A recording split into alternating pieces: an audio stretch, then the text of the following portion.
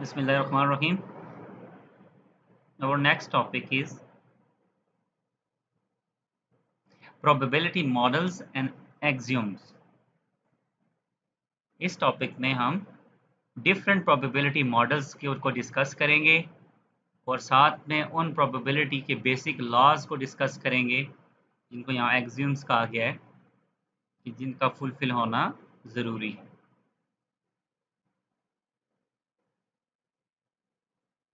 इस हवाले से कुछ बातें जो है आप याद रखने वाली हैं, जैसा कि वो कहता है कि प्रोबेबिलिटी मॉडल होता क्या है, प्रोबेबिलिस्टिक मॉडल क्या है। बेसिकली वो किसी भी अनसर्टेन सिचुएशन की एक मैथमेटिकल डिस्क्रिप्शन होती है।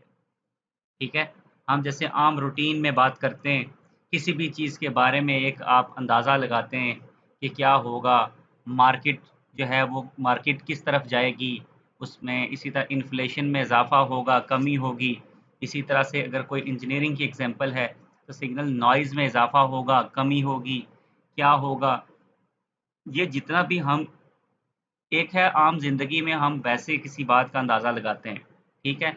लेकिन जब हम किसी चीज़ को बाकायदा मैथमेटिकली डिस्क्राइब करें तो हमें उस चीज़ के लिए ज़रूरी है कि हमें पता हो कि प्रोबेबिलिस्टिक मॉडल क्या है। हमें बेसिकली एक उस मॉडल की नज़र उसको रख के हमको उसको डिस्कस करना पड़ेगा या डिस्क्राइब करना पड़ेगा। और ये मॉडल जो है वो किसी न किसी इसका स्पेशल कोई रूल्स होंगे, कोई प्रॉपर्टीज़ होंगी जो ये फ़ॉलो कर रहा होगा, ठीक है? ये सारी चीज़ें तफ़सील से आगे आती जाती हैं, देखते जाते हैं। और जो कहता है कि जितना भी हमारा जो भी ये मैथमेटिकल डिस्क्रिप्शन होगी, ये एक ख़ास फंडामेंटल फ्रेमवर्क के अकॉर्डिंग्स होगी। यानी कुछ ज़रूरी चीज़ें हैं जिनका पूरा होना, लॉज़ का ओबे होना वो ज़रूरी है, ठीक है? तो आगे चल के देखते हैं। 2 main ingredients are listed below are visualized in the following figure. इस फिगर को आप देख लें। किसी भी प्रोबेबिलिस्टिक मॉडल के अंदर उसके क्या मेन इंग्रेडिएंट्स होते हैं, ठीक है? इंग्रेडिएंट्स मतलब उसके क्या-क्या हिस्से हैं, क्या-क्या पार्ट हैं, उसमें क्या-क्या होता है। ये तस्वीर तकरीबन काफ़ी सारी चीज़ों के बारे में बता रही है। सबसे पहले एक्सपेरिमेंट, मैंने पहले भी आपको बताया था कि एक्सपेरिमेंट क्या है। एक्सपेरिमेंट बेसिकली वो पूरा आपका जो होल एक्टिविटी जो है, जो आप कर रहे होते हैं, उसको आप एक्सपेरिमेंट कहते हैं, ठीक है? और इसी तरह से यहाँ पे जो 4 एरोज़ दिखाए गए हैं, ठीक है? मैं अभी एक एग्ज़ाम्पल लेके आता हूँ और उस एग्ज़ाम्पल से हम जो है वो इस सारी बात को समझते हैं, ठीक है? ये जो पूरा सर्कल है, आप समझें ये हमारी सैंपल स्पेस है, ठीक है? सैंपल स्पेस से मुराद ये है कि set of all possible outcomes, जितनी भी पॉसिबल आउटकम्स आ सकती हैं, वो इस सर्कल के अंदर मौजूद हैं।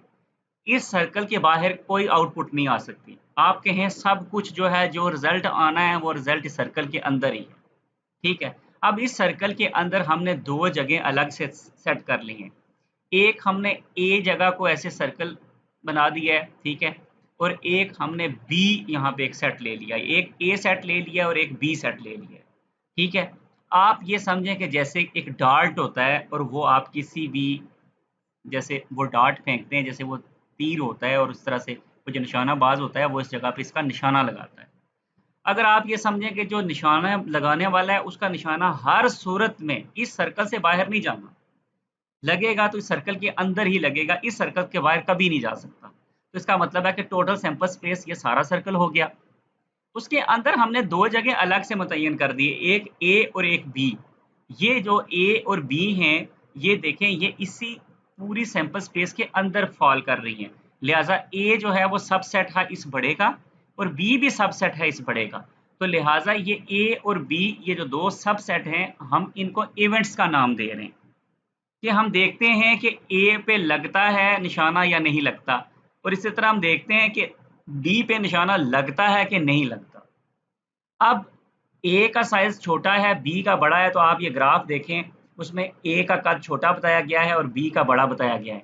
वजह ये है कि प्रोबेबिलिटी का एरो अपवर्ड है, कि प्रोबेबिलिटी इस बात की ज़्यादा है कि यहाँ निशाना लगे और इस बात की कम है कि यहाँ लगे। वजह ये है कि जब साइज़ छोटा है तो कम चांस है, और जब साइज़ इसका बड़ा है तो इसका ज़्यादा चांस है, इसकी ज़्यादा प्रोबेबिलिटी है इसकी कि इस पे निशाना लगे। अब एक्सपेरिमेंट क्या है? एक्सपेरिमेंट में हमने ये तय करना होता है कि हमने निशाना लगाना कितनी दफ़ा है। अगर आप ये तय कर लें कि हमने एक दफ़ा निशाना लगाना है, तो एक दफ़ा लगाने को ही आप एक्सपेरिमेंट बोल देंगे। लेकिन अगर आप पहले से तय कर लें कि हमने 2 दफ़ा निशाना लगाना है, तो इसका मतलब है कि ये नहीं कि आप 2 एक्सपेरिमेंट कर रहे हैं। आप बुनियादी तौर पर एक ही एक्सपेरिमेंट कर रहे हैं और उसमें 2 दफ़ा फेंकना शामिल है। और लिहाज़ा यहाँ पे जो तस्वीर में बताया गया है, यहाँ पे एक्सपेरिमेंट इस तरह से है कि 4 दफ़ा फेंका जाना है। तो लिहाज़ा ये 4 दफ़ा फेंकना ही मिला के एक एक्सपेरिमेंट हुआ और 4 एक्टिविटीज़ हैं इसमें 4 टाइम्स आप उसको रिपीट कर रहे हैं। पहली दफ़ा आपने निशाना लगाया तो इस जगह पे आके लगा। ना वो ए वाला इवेंट हो सका, ना बी वाला हो सका। दूसरी दफ़ा लगाया तो वो बी में जाके लगा। तीसरी दफ़ा लगाया तो वो फिर यहाँ लगा ना ए के अंदर ना बी, लेकिन फिर भी वो सैंपल स्पेस के अंदर ही किसी जगह पॉइंट पे लगा है। और फोर्थ टाइम क्या हुआ, वो ए पे आके हिट हुआ है। तो लिहाजा क्या हुआ है, ए पे भी हिट हुआ है और बी पे भी हिट हुआ है। तो लिहाजा लेकिन प्रोबेबिलिटी बी की ज्यादा थी, किस वजह से कि इसका एरिया ज्यादा है, इसका यहाँ पे एरिया ज्यादा है। अगर ये दोनों इक्वल साइज के होते तो हम कहते हैं कि दोनों की प्रोबेबिलिटी इक्वल होती और ये दोनों बार्स इक्वल हाइट के होते। तो लिहाजा हम जब प्रोबेबिलिटी मालूम करते हैं, अब देखें एक तरफ एक्सपेरिमेंट है कि हमने एक डार्ट को फेंकना है इस सर्कल के ऊपर। तो लिहाजा डार्ट को 4 टाइम्स फेंकने का मतलब है आपने एक्सपेरिमेंट किया। ये कहलाएगा क्या, आपका एक्सपेरिमेंट। और इवेंट्स क्या हैं, ए इवेंट है और बी इवेंट है, और ये दोनों बेसिकली क्या हैं, इस बड़े सैंपल स्पेस का बेसिकली सबसेट्स हैं। सैंपल स्पेस से मुराद है सारी की सारी, अगर नतायज को, जो भी मुमकिन नतायज हों, अगर आप सब के सब नतायज को इकट्ठा कर लें कि भाई ये वाला काम हम करने जा रहे हैं और कुल क्या हो सकता है, बस इनमें से कुछ हो सकता है, इससे बाहर कुछ नहीं हो सकता। जैसे अगर कोई बंदा कॉइन फेंके, ठीक है, अगर आप एक कॉइन को एक दफा टॉस करते हैं तो क्या आ सकता है, हेड आ सकता है या टेल आ सकती है, अगर आपका कॉइन फेयर है, ठीक है। तो उस सूरत में आपकी सैंपल स्पेस क्या होगी, हेड एंड टेल। हेड और टेल मिला के सैंपल स्पेस है, और सैंपल स्पेस से बाहर कुछ भी नहीं आना, या हेड आ जाएगा या टेल आ जाएगा। फर्ज करें आपका इवेंट है हेड, तो देख लें अगर हेड आ गया तो ठीक है, आपका इवेंट जो है वो ओके हो गया। अगर नहीं आया तो नहीं आया, लेकिन ना भी आया तो भी वो ए नहीं ना आया, यानी हेड नहीं ना आया, हेड नहीं आएगा, टेल तो आएगी, लेकिन टेल उस इवेंट का हिस्सा तो नहीं है क्योंकि इवेंट हेड था। लेकिन टेल सैंपल स्पेस का हिस्सा है क्योंकि सैंपल स्पेस में हेड और टेल दोनों शामिल है। सैंपल स्पेस में हम सारी पॉसिबिलिटीज को इकट्ठा कर लेते हैं। अगर आपने डाइस फेंकना है तो एक डाइस को एक दफा फेंकने की कितनी पॉसिबिलिटीज हो सकती हैं, 6। 1 आ सकता है, 2 आ सकता है, 3 आ सकता है, 4 आ सकता है, 5 और 6। लिहाजा उसकी सैंपल स्पेस 1 2 3 4 5 6 है। आप कहते हैं इवेंट है मेरा 6 आ जाए, तो 6 अगर आ गया तो आ गया, अगर 6 ना भी आया तो सैंपल स्पेस में से ही कोई नंबर आएगा। लिहाजा यहाँ पे भी हम यही देखते हैं, वो कहता है प्रोबेबिलिटी हमेशा सारी सैंपल प्लेस स्पेस पे नहीं लगाते, हम लगा सकते हैं लेकिन सारी पे लगाने का मकसद ही क्या है, उसकी तो 1 आ जाएगी। ये आगे चल के हम प्रूव करेंगे कि सारी सैंपल स्पेस की प्रोबेबिलिटी जो है 1 होती है। 1 का मतलब है 100%, यानी आएगा ही आएगा, क्योंकि उनमें हम पहले से तय कर लेते हैं कि सैंपल स्पेस में से ही कुछ आएगा। लेकिन उनमें से हमने जो सेट किया वो होता है कि देखते हैं कि ये आता है कि नहीं आता। जैसे हमें कभी लूडो में 4 चाहिए होता है, कभी 1 चाहिए होता है, कभी 6 चाहिए होता है। तो जो चाहिए होता है वो हमारा बेसिकली क्या होता है, इवेंट होता है। और वो उस सैंपल स्पेस में से कोई एक उन पॉसिबल आउटकम में से कोई एक होता है जो हमने सोचा हुआ होता है, या 2 भी हो सकते हैं, ठीक है। तो लिहाजा जो इवेंट है उस इवेंट पे प्रोबेबिलिटी लगती है। इवेंट ए वाकया होगा कि नहीं होगा, इसकी क्या प्रोबेबिलिटी है, पी ऑफ ए का मतलब ये है। और इवेंट बी वाकया होगा कि नहीं होगा, वकू पजीर होगा कि नहीं होगा, इसकी प्रोबेबिलिटी क्या है। तो लिहाजा प्रोबेबिलिटी किसकी मालूम की जाती है, प्रोबेबिलिटी हमेशा इवेंट की मालूम की जाती है। और इवेंट जो होता है वो उस सारी सैंपल स्पेस में से कुछ हिस्सा चुना हुआ होता है। और अगर आप ये कहें कि मेरा इवेंट ये सारी सैंपल स्पेस है, तो फिर इसका मतलब है कि 100% ही चांस है, क्योंकि हमने पहले कह दिया कि 100% चांस है कि वो इस सर्कल के अंदर ही रहेगा, इससे बाहर नहीं जाना। और अंदर आपने मखसूस कोई जगह चुन ली है, तो फिर उस मखसूस जगह को हम, वो एक इवेंट हो जाएगा। अगर 2 जगह चुनी है तो 2 इवेंट्स हो जाएंगे। तो देखना ये होता है कि वो इवेंट जो है वो हैपन होता है या नहीं। और इवेंट का जो चांस है, प्रोबेबिलिटी है, अगर तो इक्वल साइज का तो इक्वल चांस होगा, और अगर साइज एक का बड़ा है दूसरे से फिर जिसका बड़ा है उसका चांस ज़्यादा हो जाएगा। तो ये जितना हम आगे बढ़ते जाएँगे, याद रखें जब भी इस तरह का लिखा हुआ आएगा पी और इस तरह से छोटी ब्रैकेट्स में आगे जो भी ए, बी या सी या कुछ भी लिखा हुआ होगा, तो पी बेसिकली प्रोबेबिलिटी बताएगा अपने अंदर वाले उस सेट की। तो ये बेसिकली सेट है, ए भी एक सेट है, बी भी एक सेट है, जो कि बेसिकली इस बड़े का सबसेट है। सबसेट से मुराद क्या है कि इसका जो कुछ भी है वो उसके अंदर भी है। तो लिहाज़ा ये उसका एक तरह से छोटा बच्चा बन जाता है, ठीक है? ये उसी का एक छोटा-सा पार्ट है। तो सबसेट जो है किसी बड़े सेट का सबसेट है। तो ए इस बड़े का एक सबसेट है और बी भी इस बड़े का एक सबसेट है। ये काफ़ी सारी चीज़ें मैंने इस तस्वीर पे समझाने की कोशिश की है। आगे चलते जाएँगे तो ये बातें रिपीट में आती जाएँगी। ये देखें, अब यहाँ पे प्रोबेबिलिटी के जो है elements of a probabilistic models उसके कुछ एलिमेंट्स को डिस्कस किया गया है, जैसा कि सैंपल स्पेस। सैंपल स्पेस को ओमेगा से शो किया जा रहा है इस बुक के अंदर, और वो कहता है कि जितने भी पॉसिबल आउटकम्स हैं किसी भी एक्सपेरिमेंट में, वो सारी की सारी सैंपल स्पेस कहलाती हैं। डाइस को फेंकना है तो 6 की 6 जो पॉसिबिलिटीज़ हैं वो उस डाइस को एक दफ़ा फेंकने की सैंपल स्पेस है। लेकिन अगर आप 2 डाइस एक वक़्त में फेंकते हैं तो ये सैंपल स्पेस 6 से बढ़ के कहाँ चली जाएगी? कितने कॉम्बिनेशंस बन जाएँगे? ये 36 कॉम्बिनेशन बन जाएँगे।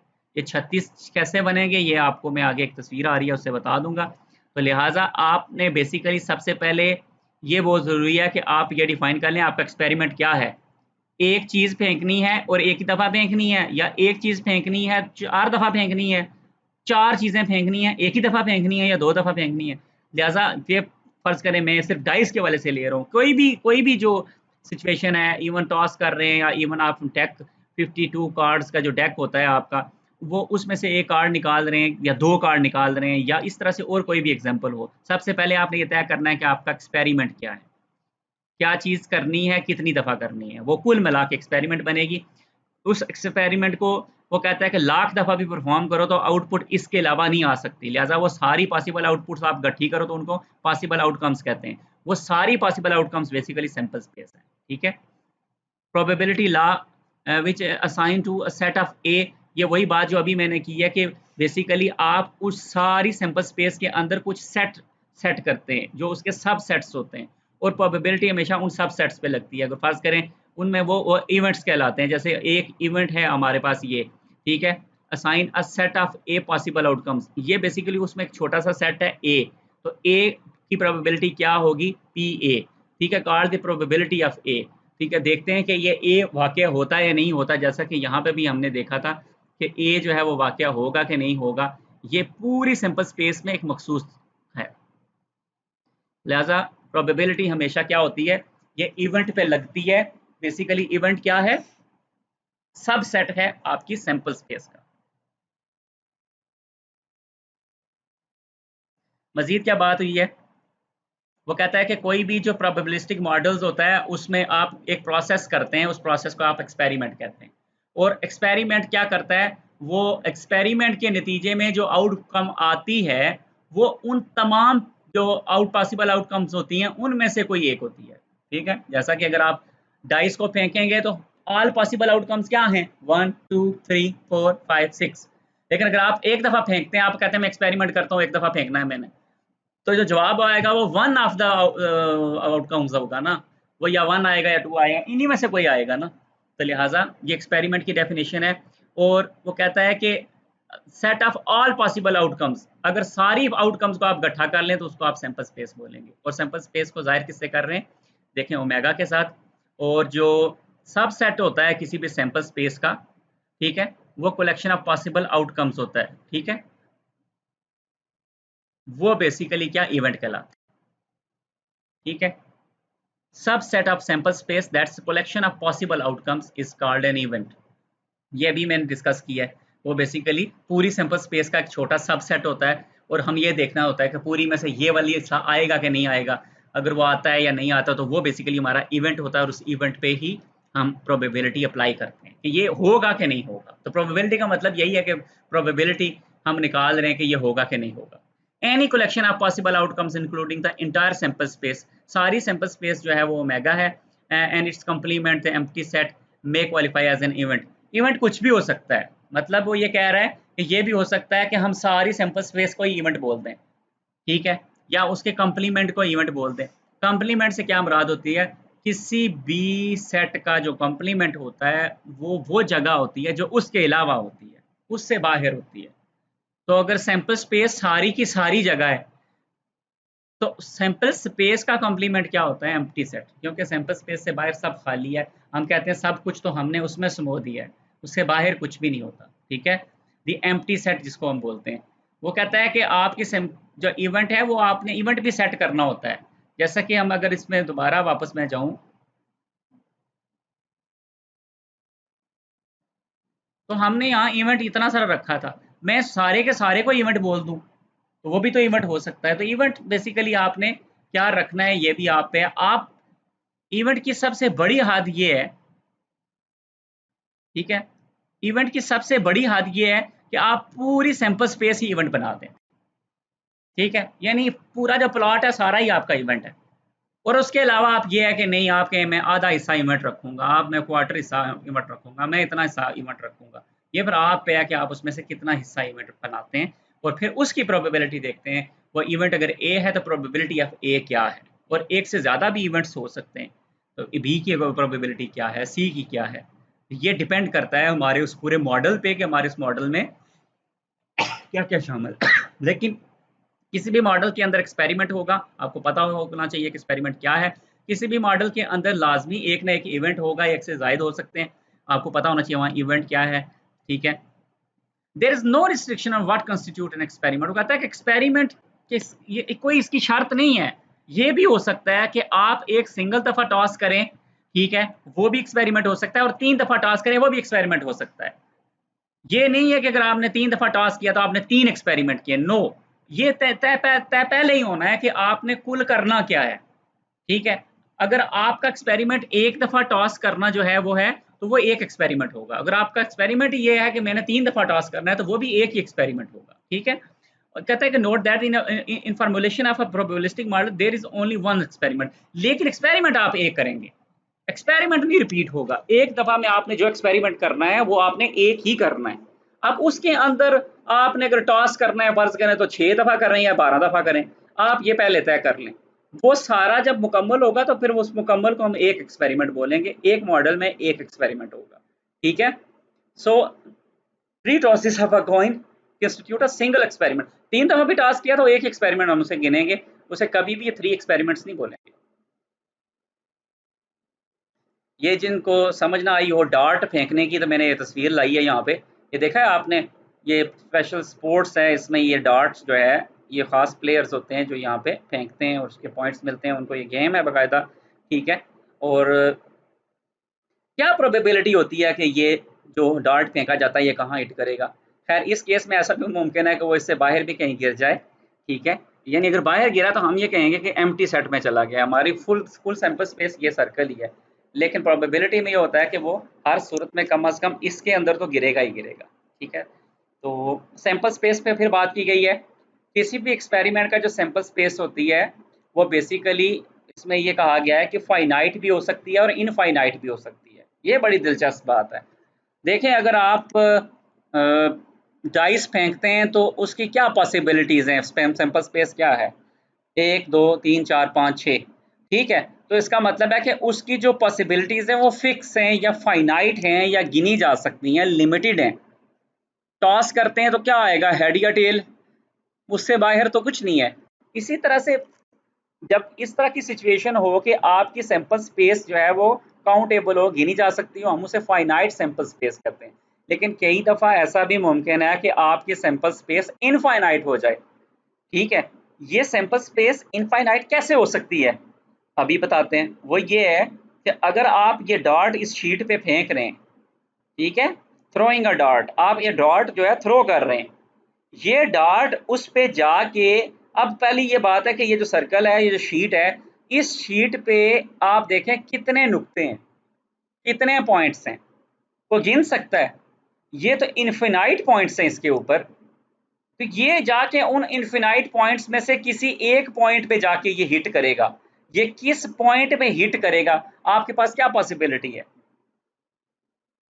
देखें, ये इनफाइनाइट पॉसिबिलिटीज हैं। इन जब पॉइंट्स ही उस शीट के ऊपर इनफाइनाइट हैं तो इस ये जाके वहां किस हिस्से में लगेगा, किस पॉइंट पे लगेगा, किस जर्रे पे जाके लगेगा, आप नहीं कह सकते, आप उसे नहीं गैस कर सकते। तो लिहाजा लेकिन पॉसिबिलिटी है सब कुछ इसके अंदर ही है, लेकिन इसके अंदर कितना है वो इनफाइनाइट है। तो लिहाजा अगर इस शीट के अंदर पॉइंट्स इनफाइनाइट हैं तो इसका मतलब है कि आउटकम भी जो है, जो पॉसिबल आउटकम्स हैं या सैंपल स्पेस है वो भी इनफाइनाइट हो गई है। इसलिए वो कहता है कि throwing a dart on a square target, यहाँ पे वो सर्कुलर टारगेट है, आप ये समझ लें ये स्क्वायर, अगर ये स्क्वायर है तो बुक में क्योंकि स्क्वायर की एग्जांपल है, मुझे तस्वीर तो सर्कल की मिली है, तो अगर आप समझ लें कि थोड़ी देर के लिए सोच लें ये सर्कल ही स्क्वायर ही है, ठीक है। तो शीट स्क्वायर हो या सर्कल हो, and the viewing the point of impact as the outcome, outcome हमारी ये होगी कि ये जब जहाँ जाके लगेगा तो किस जगह जाके नुक्ता डालेगा, सुराख कहाँ जाके करेगा, किस पॉइंट पे जाके, पॉइंट ऑफ इम्पैक्ट क्या होगा। तो ये जो पॉइंट ऑफ इम्पैक्ट है, ठीक है, ये इनफाइनाइट पॉइंट्स हैं जी, कोई आप नहीं कह सकते कि कहाँ जाके हिट करेगा, करेगा इसके अंदर ही, लेकिन हम ये कह रहे हैं कि यहाँ पे हमारी सैंपल स्पेस जो है वो इनफाइनाइट हो गई है। Regardless of their number, different elements of the sample space should be distinct and mutually exclusive. ये जो एक प्रॉपर्टी है किसकी है, ये सैंपल स्पेस की प्रॉपर्टी है। वो कहता है कि आपकी सैंपल स्पेस का जो नंबर है वो जितना मर्जी बड़ा हो जाए, अगर आप कॉइन फेंकते हैं तो सैंपल स्पेस का नंबर क्या है, 2, हेड एंड टेल। अगर आप एक डाइस फेंकते हैं तो सैंपल स्पेस का नंबर क्या है, 1 2 3 4 5 6 है। अगर आप 2 डाइस फेंकते हैं एक बारी में तो सैंपल स्पेस का साइज क्या बन जाएगा, 6 इंटू 6, ये बन जाता है 36 बन जाते हैं कॉम्बिनेशन। और अगर आपके पास एक डाई है 4 साइड वाली, अमूमन लूडो आप खेलते रहेंगे तो आपने 6 साइड वाली वो क्यूबिक डाई देखी होगी, लेकिन डाई जो है वो जरूरी नहीं क्यूबिक हो, अगर वो हो जाए पायरामिडल, पिरामिड की शेप हो जाए तो फिर उसकी साइड्स 4 बन जाती हैं, आगे एक तस्वीर से मैं आपको दिखाऊंगा भी। तो अगर 4 साइड्स हो जाएं तो उस डाई को अगर आप एक दफ़ा फेंकेंगे तो 4 ही पॉसिबिलिटीज़ हैं, 2 दफ़ा फेंकेंगे तो कितनी पॉसिबिलिटीज़ बन जाएंगी, 16 पॉसिबिलिटीज़ बन जाती हैं, ठीक है। तो लिहाजा जो भी नंबर है, देखें पॉसिबिलिटीज़ 2 भी हो सकती हैं, 4 भी हो सकती हैं, 12 भी हो सकती हैं, 36 भी हो सकती हैं। अगर आपके पास 20 आपके पास हैं डाइस, और वो आप 20 जो डाइस हैं वो आप 20 दफ़ा फेंकें, ये तो बहुत ज़्यादा नंबर्स बन जाएंगे, लेकिन फिर भी आप उन्हें मेजर कर सकते हैं, काउंट कर सकते हैं, फिर भी ये फाइनाइट ही सैंपल स्पेस है, लेकिन नंबर बड़ा है। तो नंबर आपकी सैंपल स्पेस का वो कहता है बड़ा हो या छोटा हो, लेकिन जितनी भी उसकी पॉसिबल जो आउटकम्स आएंगी या सैंपल स्पेस के जितने भी वो एलिमेंट्स होंगे, यानी हेड और टेल बेसिकली सैंपल स्पेस के 2 एलिमेंट्स हैं। इसी तरह एक डाइस के 6 पॉसिबिलिटीज, उसकी 6 सैंपल स्पेस की 6 एलिमेंट्स हैं। वो कहता है जो एलिमेंट्स हैं, एक एलिमेंट दूसरे एलिमेंट से बिल्कुल डिस्टिंक्ट होना चाहिए, जुदा होना चाहिए। ये ना हो कि आउटपुट आए तो बंदा के पता नहीं ये है या पता नहीं वो है, ऐसा नहीं होना चाहिए। क्लियर होना चाहिए, बिल्कुल वाज़ेह हो कि जो आपकी वो जितनी भी पॉसिबिलिटीज़ हैं, नंबर जितने भी हैं, उनमें से जो आ रहा है जवाब वो बड़ा ही क्या है, डिस्टिंक्ट है एंड म्यूचुअली एक्सक्लूसिव, यानी कि फिर एक का जवाब दूसरा ना हो, एक का मुतबादिल दूसरा ना हो, हर एक अपनी पहचान में अलग से हो, ठीक है। और so that when experiment is carried out there is a unique outcome, कि यूनिक आउटकम आए, ये ना हो सब कुछ ही मिक्स हो जाए, ऐसा नहीं होना चाहिए। Excuse me.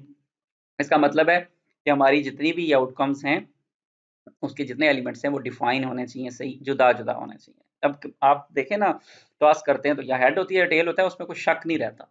इसी तरह जब आप डाइस फेंकते हैं तो 1 आया या 2 आया या 3 आया, कोई शक नहीं होता, एक आता है तो फिर वो दूसरा नहीं होता, बस वही होता है। तो एक वक्त में एक यूनिक आउटकम आनी चाहिए, ठीक है। अच्छा, एक ही आउटपुट अगर बार बार आए तो इसका मतलब है फिर भी वो यूनिक ही है। अगर 6 ही बार बार आ रहा है तो बेशक वो 6 आ रहा है, आ तो 6 रहा है ना, कोई इसको 5 तो नहीं बोल सकता या 4 तो नहीं बोल सकता, लिहाजा फिर भी वो यूनिक ही रहेगी। फॉर एग्जाम्पल, वो कहता है कि sample space associated with the roll of a die, कहते हैं चलो जी वही डाई आ गई है, रोल करो इसको, दाना फेंको लूडो का, और कैन नॉट कंटेन 1 और 3, ओके, ये नहीं हो सकता कि 1 है या 3 है ना, या 1 होगा या 3 होगा 3 होगा, ये ड्यूल कुछ भी नहीं होगा, 1 और 4 पता नहीं 1 है या 4 है, नहीं, एक ही बात होगी, या 1 होगा या 4 होगा, ये जो है ना इस तरह की, आप उसके अंदर शक नहीं आ सकता, अगर इस तरह शक डालेंगे तो फिर आप आउटपुट नहीं ले सकते, ठीक है। तो लिहाजा वो कहता है कि वरना ये वाली सूरत हाल हुई तो जब 1 आएगा तो आप क्या कहेंगे, तो लिहाजा क्लियर होना चाहिए, बिल्कुल बिल्कुल जो जवाब आएगा वो क्लियर होगा। ये बेसिकली वो प्रॉपर्टीज हैं जो किसी भी मॉडल में होनी चाहिए। तो अब तक आपको समझ आना चाहिए कि एक्सपेरिमेंट क्या होता है, सैंपल स्पेस क्या होती है, सैंपल स्पेस के अंदर जो सबसेट्स इवेंट्स होते हैं वो क्या होते हैं, ठीक है, और इवेंट की प्रोबेबिलिटी हम निकालते हैं, ठीक है। ये चीज़ें बार बार आ रही हैं, और जितने भी सैंपल स्पेस की एलिमेंट्स होते हैं, जितने भी उसके पार्ट्स होते हैं, सारे डिस्टिंक्ट होने चाहिए, यूनिक होने चाहिए, जुदा जुदा होने चाहिए। जब आउटपुट आए तो हम आराम से बता सकते हैं कि उनमें से कौन सी है। चलें अब हम ये देखते हैं कि अगर फर्ज करें दो डाइस है हमारे पास, एक रेड कलर का है और ग्रीन कलर का है, उन दोनों को हम अगर फेंकें तो कितनी पॉसिबिलिटीज है आप देख सकते हैं। यहाँ आप देख सकते हैं कि दो डाइस जब फेंके जाएं, एक रेड कलर का है और एक ग्रीन कलर का है, कितनी पॉसिबिलिटीज है। देखें जब एक डाइस अकेला फेंका जाए तो उसकी सिर्फ 6 पॉसिबिलिटीज होती हैं। अगर मैं यही वाला कॉलम ले लूँ, रेड ही फेंका है, तो ये देखिए 1 2 3 4 5 6 यही आ सकता है और कुछ नहीं है। लेकिन अगर हम दो डाइस फेंकें तो ये पॉसिबिलिटीज देखें 36 बन जाती है, 6 इंटू 6 36। ये 36 पॉसिबिलिटीज हैं जो कि आ सकती हैं अगर आप दो डाइस फेंकें। लिहाजा दो डाइस फेंकने की जो टोटल सैंपल स्पेस है वो ये है। बस कोई बंदा दो डाइस फेंके, टोटल सैंपल स्पेस ये है, ये बस इनमें से ही कोई वैल्यू आएगी। आप बताएं इसके अलावा क्या आ सकता है, कुछ भी नहीं आ सकता, सब कुछ इसमें तय कर लिया है। ये भी याद रखें कि अगर पहले का की 3 आता है और दूसरे का 2 आता है, इसी तरह पहले का 2 आता है या दूसरे का 3 आता है, तो ये मुख्तलिफ है, ये एक चीज नहीं है, ये डिफरेंट है, ठीक है। तो अगर आप देखें, इस पे गौर करें, अगर फर्ज करें ये मुमकिन है कि आपका इवेंट ये हो कि मैं चाहता हूँ मेरा मेरा डबल 6 आ जाए, ठीक है।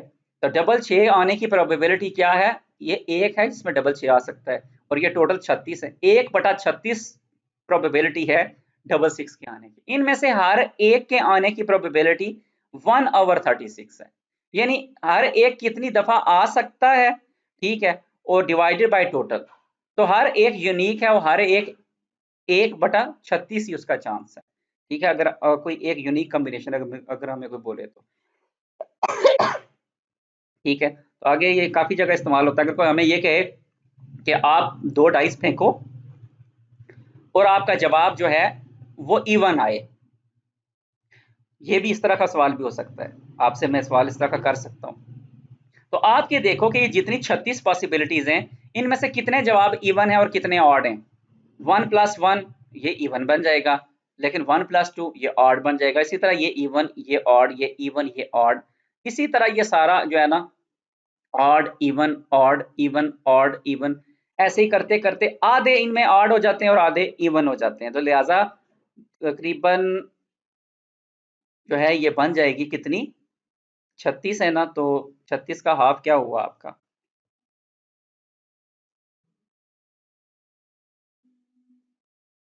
18। 18/36 प्रोबेबिलिटी है इवन की, और 18 जो है वो 36 प्रोबेबिलिटी है ऑड की। इसी तरह कोई और भी हो सकता है।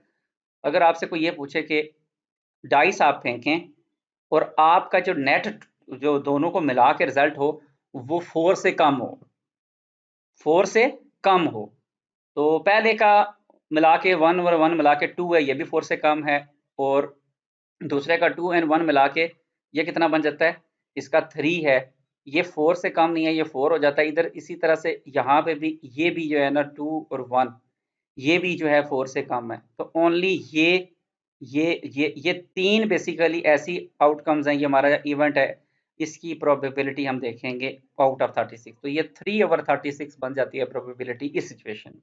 तो ये आगे जितनी ज़्यादा एग्जांपल्स आप सॉल्व करते जाएंगे उतनी ज़्यादा आपकी प्रैक्टिस और आपकी ये इंट्यूशन जो है ना बढ़ती जाएगी। अब आगे बढ़ते हैं जी। मजीद बात जो उन्होंने की है वो कहता है कि कोई भी फिजिकल सिचुएशन है, अभी देखें डाइस हमने 2 दफ़ा फेंका है, ये भी एक फिजिकल सिचुएशन थी। कोई भी फिजिकल सिचुएशन ही होती है जिसमें हम किसी इवेंट को क्या कर रहे होते हैं, उसकी प्रोबेबिलिटी निकाल रहे होते हैं। तो कहता है कि कोई भी जो सिचुएशन हमें दी जाती है तो वो मुख्तलिफ तरह से उसको मॉडल किया जा सकता है, ज़रूरी नहीं एक ही अंदाज हो, कई दफ़ा तो डिपेंड करता है कि किस तरह के सवालात हैं, सिचुएशन बनाई कैसे गई है, तो फिर उसके मुताबिक ही उसका मॉडल होगा। बाज़ औक़ात तो सवाल ही बदलते हैं तो मॉडल ही बदल जाता है, ठीक है। तो लिहाजा कुछ चीज़ें हम जिनसे फेमिलियर हैं, जैसे बार बार हम ये टॉस की एग्जांपल लेते हैं या डाइस की लेते हैं या इसी तरह से हम डेक ऑफ कार्ड्स की लेते हैं, लेकिन कुछ जनरल लाइफ की और भी एग्जांपल्स आप आगे आएंगी तो आप देखेंगे कि अगर उनका सवाल कोई बदल दे तो आपका मॉडल बिल्कुल बदल जाता है। तो लिहाजा डिपेंड करेगा सवाल किस तरह का है, उस सवाल के मुताबिक ही एक मॉडल बनेगा जिससे हम बेसिकली वो जवाब हासिल करने की कोशिश करेंगे, ठीक है। लेकिन वो कहता है कि जो भी हमारा मॉडल होगा, इसकी जो सैंपल स्पेस है वो कलेक्टिवली एग्जॉस्टिव होनी चाहिए। देखें जी, कलेक्टिवली एग्जॉस्टिव से क्या मुराद है? इससे मुराद ये है कि जो टोटल है उससे बाहर कुछ नहीं आना चाहिए। ओवरऑल एग्जॉस्टिव यानी इसके बाहर बस है, जैसे नहीं मैं एग्जॉस्ट हो गया, मैं थक गया हूँ, बस मेरी बस हो गया, अब मुझसे कोई काम नहीं होता। इसी तरह से आप ये समझें कि वो कहें कि अब ये जो सैंपल स्पेस है बस इसके बाद बस है, यही है सब कुछ। तो मॉडल जो भी हो आपका, जो भी हालात हों, जिस तरह के भी हों, लेकिन जो सैंपल स्पेस है वो एग्जॉस्टिव होनी चाहिए कलेक्टिवली। यानी अगर हमने यहाँ पे ये बोला है कि ये 36 पॉसिबिलिटीज हैं, तो हमें पता है कि इसके अलावा कुछ भी नहीं है। लिहाजा आपकी ये अब ये जो 36 हमने यहाँ बना दी हैं, ये एक्सक्लूस या क्या है, ये बेसिकली क्या वर्ड इस्तेमाल हुआ है यहाँ पे, कलेक्टिवली एग्जॉस्टिव हैं। ये कलेक्टिवली एग्जॉस्टिव हैं, ये सब कलेक्टिवली एग्जॉस्टिव है, हमने कोई छोड़ी कोई नहीं है, ठीक है। इसी तरह से वो कहता है कि एक्सपेरिमेंट में जो मर्जी हो जाए, ठीक है, we obtain an outcome it has been included in the sample space.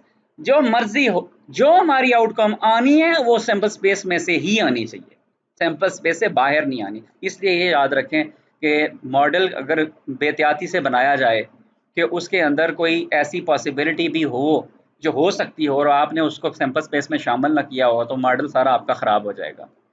Model में ये शर्त ये है कि आपने वो तमाम मुमकिन नतायज पूरे यकीन के साथ जो है वो उसमें आपने शामिल कर लिए, ताकि जवाब जब भी आए उसके अंदर से ही आए, ठीक है।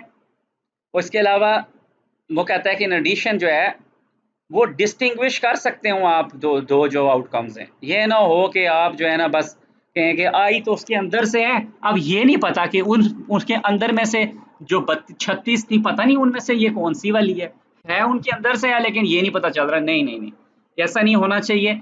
हर सूरत में वो हो भी उन 36 में से, अगर वो 36 है उसके आउटकम्स, और हो पता भी लग सके 36 में से कौन सी वाली है, यानी डिफाइन करना बहुत जरूरी है।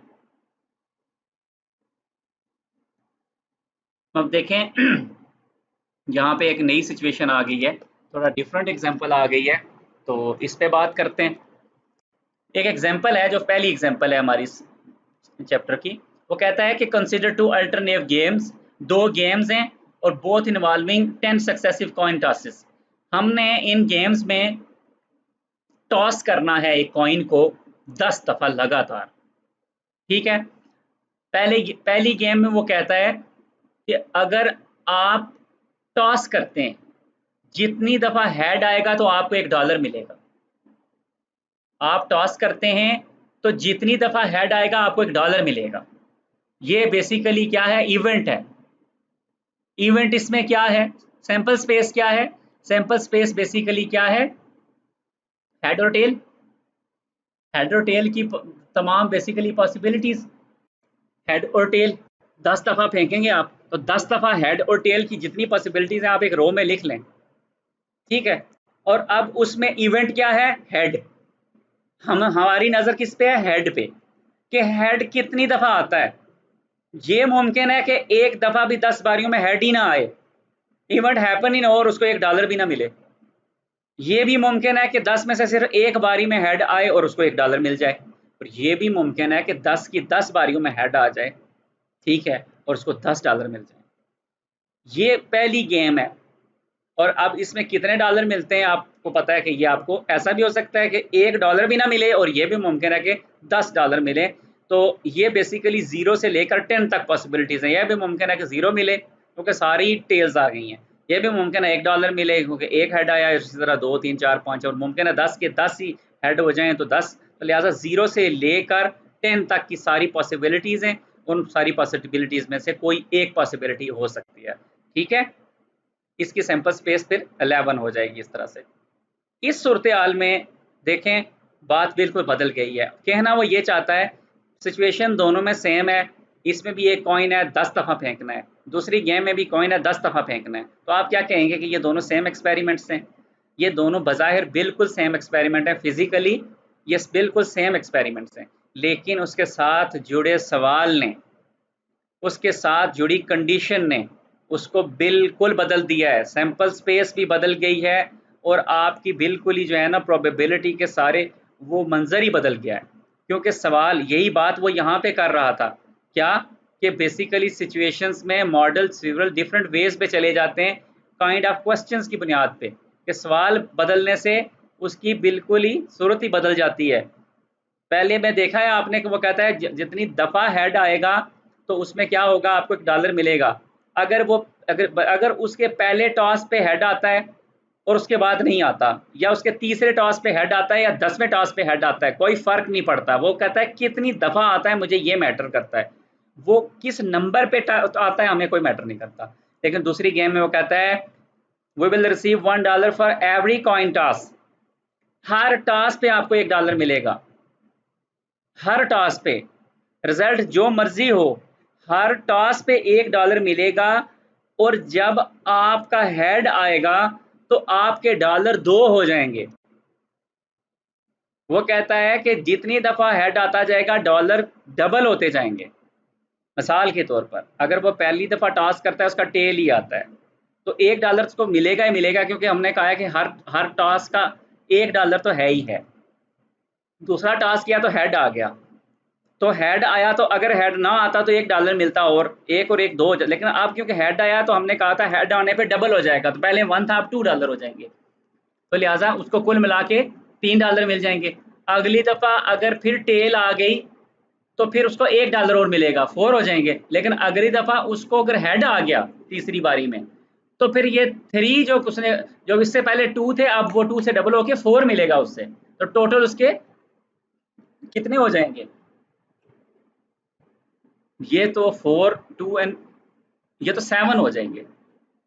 तो लिहाजा आप ये देखें कि इसमें तरतीब भी मैटर कर रही है, ठीक है।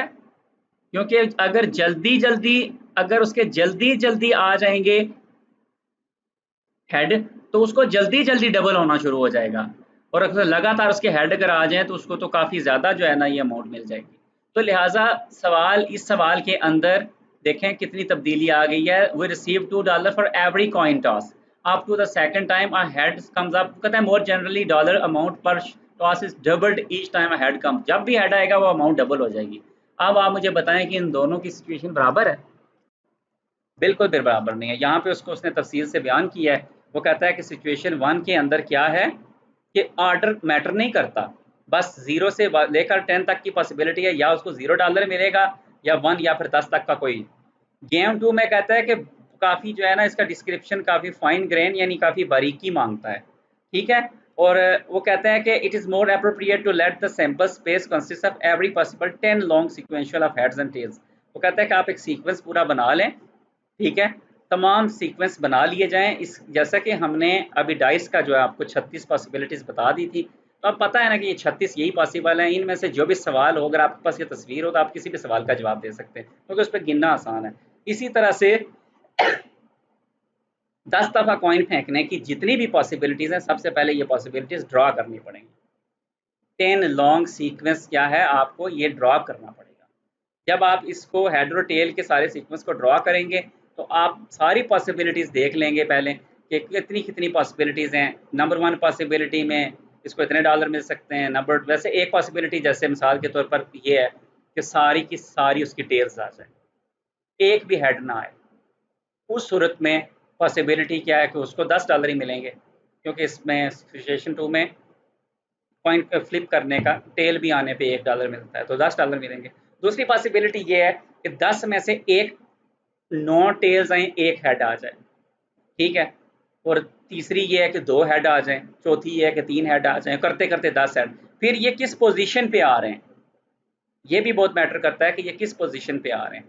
यानी head tail head head head head head tail आता है, या head tail tail tail tail head head head आता है। तो ये सिचुएशन तमाम पॉसिबिलिटीज 10 की जो है, या जब आप पेपर पे ड्रा करेंगे, उस ड्रा करने के बाद फिर जो भी आपका नतीजा होगा आप निकाल सकते हैं कि उसमें से क्या है। तो जितनी पॉसिबिलिटीज होती हैं वो सारी अगर यूनिक हो तो 1 ओवर टोटल जो है, या जितनी दफ़ा एक पॉसिबिलिटी आ सकती है तो उसका टोटल से डिवाइड करें तो उसकी प्रोबेबिलिटी आ जाएगी।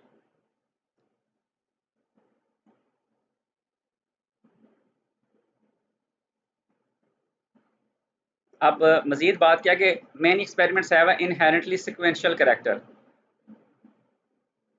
कहता है कि कुछ एक्सपेरिमेंट्स के अंदर एक सीक्वेंस का एक अपना किरदार होता है, उसमें सीक्वेंस मैटर करता है इनहेरेंटली। ठीक है, जबकि कुछ चीज़ों में सीक्वेंस की कोई ज़रूरत नहीं होती। ठीक है, जैसा कि अगर आप लूडो में टॉस करते हैं तो आपका 6 आया है, या एक दफ़ा आपने रोल किया तो 6 आया है। अब ये कोई ज़रूरी नहीं है कि क्योंकि अगर आपके 3 दफ़ा 6 आ गए, कोई ये नहीं कह सकता कि 3 दफ़ा क्योंकि 6 आए थे लिहाज़ा अब भी 6 ही आएगा। नहीं, ये बिल्कुल भी ज़रूरी नहीं है। लेकिन कुछ चीज़ें ऐसी होती हैं जिनमें अगर एक चीज़ बार-बार आए या ज़्यादा बार आए तो आप कह सकते हैं कि इसका फिर आना ज़्यादा मुमकिन है। लेकिन कुछ चीज़ों में ये कभी भी कुछ फिक्स नहीं होता, वो कभी भी कुछ भी आ सकता है। वही भी आ सकता है और वो कोई और चीज़ भी आ सकती है। ठीक है? तो एग्ज़ाम्पल है कि tossing a coin 3 times observing the value of a stock of on 5 successive days. ठीक है? वो कहता है कि 3 दफ़ा टॉस किया 5 दिन तक। तो जो वैल्यू बनी, ठीक है, वो बिल्कुल कोई वैल्यू किसी चीज़ से मैच करना शुरू होगी। या आप, वो कहता है कि अगर आपको सक्सेसिव कम्युनिकेशन रिसीवर पे बैठे हैं और आपके जो नंबर्स हैं वो सक्सेसिव 8 तक, यानी 1 2 3 4 5 6 7 8 नंबर आ गया, तो ये कहता है महज इत्तेफाक है इस तरह का सीक्वेंस आ जाना, ये कोई इसका ताल्लुक नहीं है उस तरह से प्रोबेबिलिटी का। ये जस्ट एक इनहेरेंटली सीक्वेंस होता है जो कभी कभार आ जाता है। कहता है it is then often useful to describe the experiment and associated sample space by means of a tree based samples. वो कहता है कि एक जो सैंपल स्पेस है उसको एक्सप्रेस करने का एक अंदाज तो आपको मैंने दिखाया है, जो मैंने आपको ग्रीन और रेड जो है डाइस दिखाएं, लेकिन इसी तरह से एक उसका अंदाज एक ट्री भी होता है। ये देखें जी, एक एग्जांपल लाए हम और ये यहाँ पे एक हमने एक ट्री बनाया है। यहाँ पे क्या हो रहा है अभी आपको बताते हैं। आपके पास 2 डाइस हैं और आपका जो डाइस है ये कौन से वाला डाइस है, ये 4 फेस वाला डाइस है, पिरामिडल डाइस है जिसके 4 फेसेस हैं। जब भी आप फेंकेंगे तो 1 2 3 4 में से कोई एक वैल्यू आएगी। तो जब आपके पास 2 डाइस हैं तो बेसिकली ये फर्स्ट रोल पहली दफ़ा, बल्कि एक ही रोल है, 2 दफ़ा फेंक रहे हैं, तो पहली दफ़ा जो उसे रोल कर रहा है तो उसकी पॉसिबिलिटी क्या है 1 2 3 एंड 4। दूसरी दफ़ा जब उसको रोल कर रहा है तो फिर पॉसिबिलिटी 1 2 3 एंड 4। ठीक है, तो याद रखें कि जब किसी काम को एक दफ़ा किया जाएगा तो वो लीनियर होता है, वो एक ही रो में होता है। और जब भी किसी काम को 2 दफ़ा किया जाएगा तो वो बेसिकली स्प्रेड हो जाता है ओवर द शीट, वो 2 डायमेंशनल हो जाता है। यानी एक डायमेंशन ये, अगर आप इसको एक्स एक्सिस कहते हैं और ये दूसरी डायरेक्शन इसको वाई कहते हैं, ये बेसिकली एक प्लेन पे ड्रा होगा। और अगर फ़र्ज़ करें इसमें अभी तीसरा नहीं है, अगर तीसरी दफ़ा रोल करें तो ये बेसिकली तीसरी डायरेक्शन जेड में चला जाएगा और ये एक क्यूब की शक्ल अख्तियार कर जाएगा। ठीक है, तो अभी फ़िलहाल जो सिचुएशन है वो 2 रोल की है, तो 2 रोल में कितनी सैंपल स्पेस आ सकती है? ये 16 पॉसिबिलिटीज़ हैं जी। मुमकिन है 1 1 आ जाए, मुमकिन है 1 2 आ जाए, मुमकिन है 1 3 आ जाए, मुमकिन है 1 4 आ जाए, मुमकिन है 2 1 आ जाए, 2 2 2 3 2 4, 3 1 3 2 3 3 3 4, 4 1 4 2 4 3 4 4। यही 16 पॉसिबिलिटीज़ हैं, ये 16 जो डॉट्स हैं, ये 16 पॉसिबिलिटीज़ हैं जब भी आप एक रोल जो 4 साइड वाला हो उसको 2 दफ़ा फेंकें। तो देखें ये जो ट्री है, अब इसमें आपको सीक्वेंस का अंदाज़ा तो होता है लेकिन इतना अच्छा नहीं होता जितना यहाँ इस ट्री वाली डायग्राम में होता है। ट्री वाली डायग्राम कहती है कि रूट है आपका और आप उसमें पहली दफ़ा आप एक एक्सपेरिमेंट करते हैं और पहली दफ़ा आप क्या करते हैं कि रोल को फेंकते हैं। तो कितनी पॉसिबिलिटीज़ हैं उसकी 1 2 3 एंड 4, या 1 आ सकता है, या 2 आ सकता है, या 3 आ सकता है, या 4 आ सकता है, बस बात खत्म। वो कहता है चलो एक दफ़ा और फेंको, फिर जो एक दफ़ा और फेंकेंगे तो दूसरी दफ़ा मुमकिन है। पहली दफ़ा अगर 1 आया हो तो उसकी भी 4 पॉसिबिलिटीज़ हो गई हैं, 1 1 1 2 1 3 1 4। अगर 2 आया था तो फिर अगर आया तो फिर हम देखेंगे 1 2 2 1 2 2 2 3 2 4।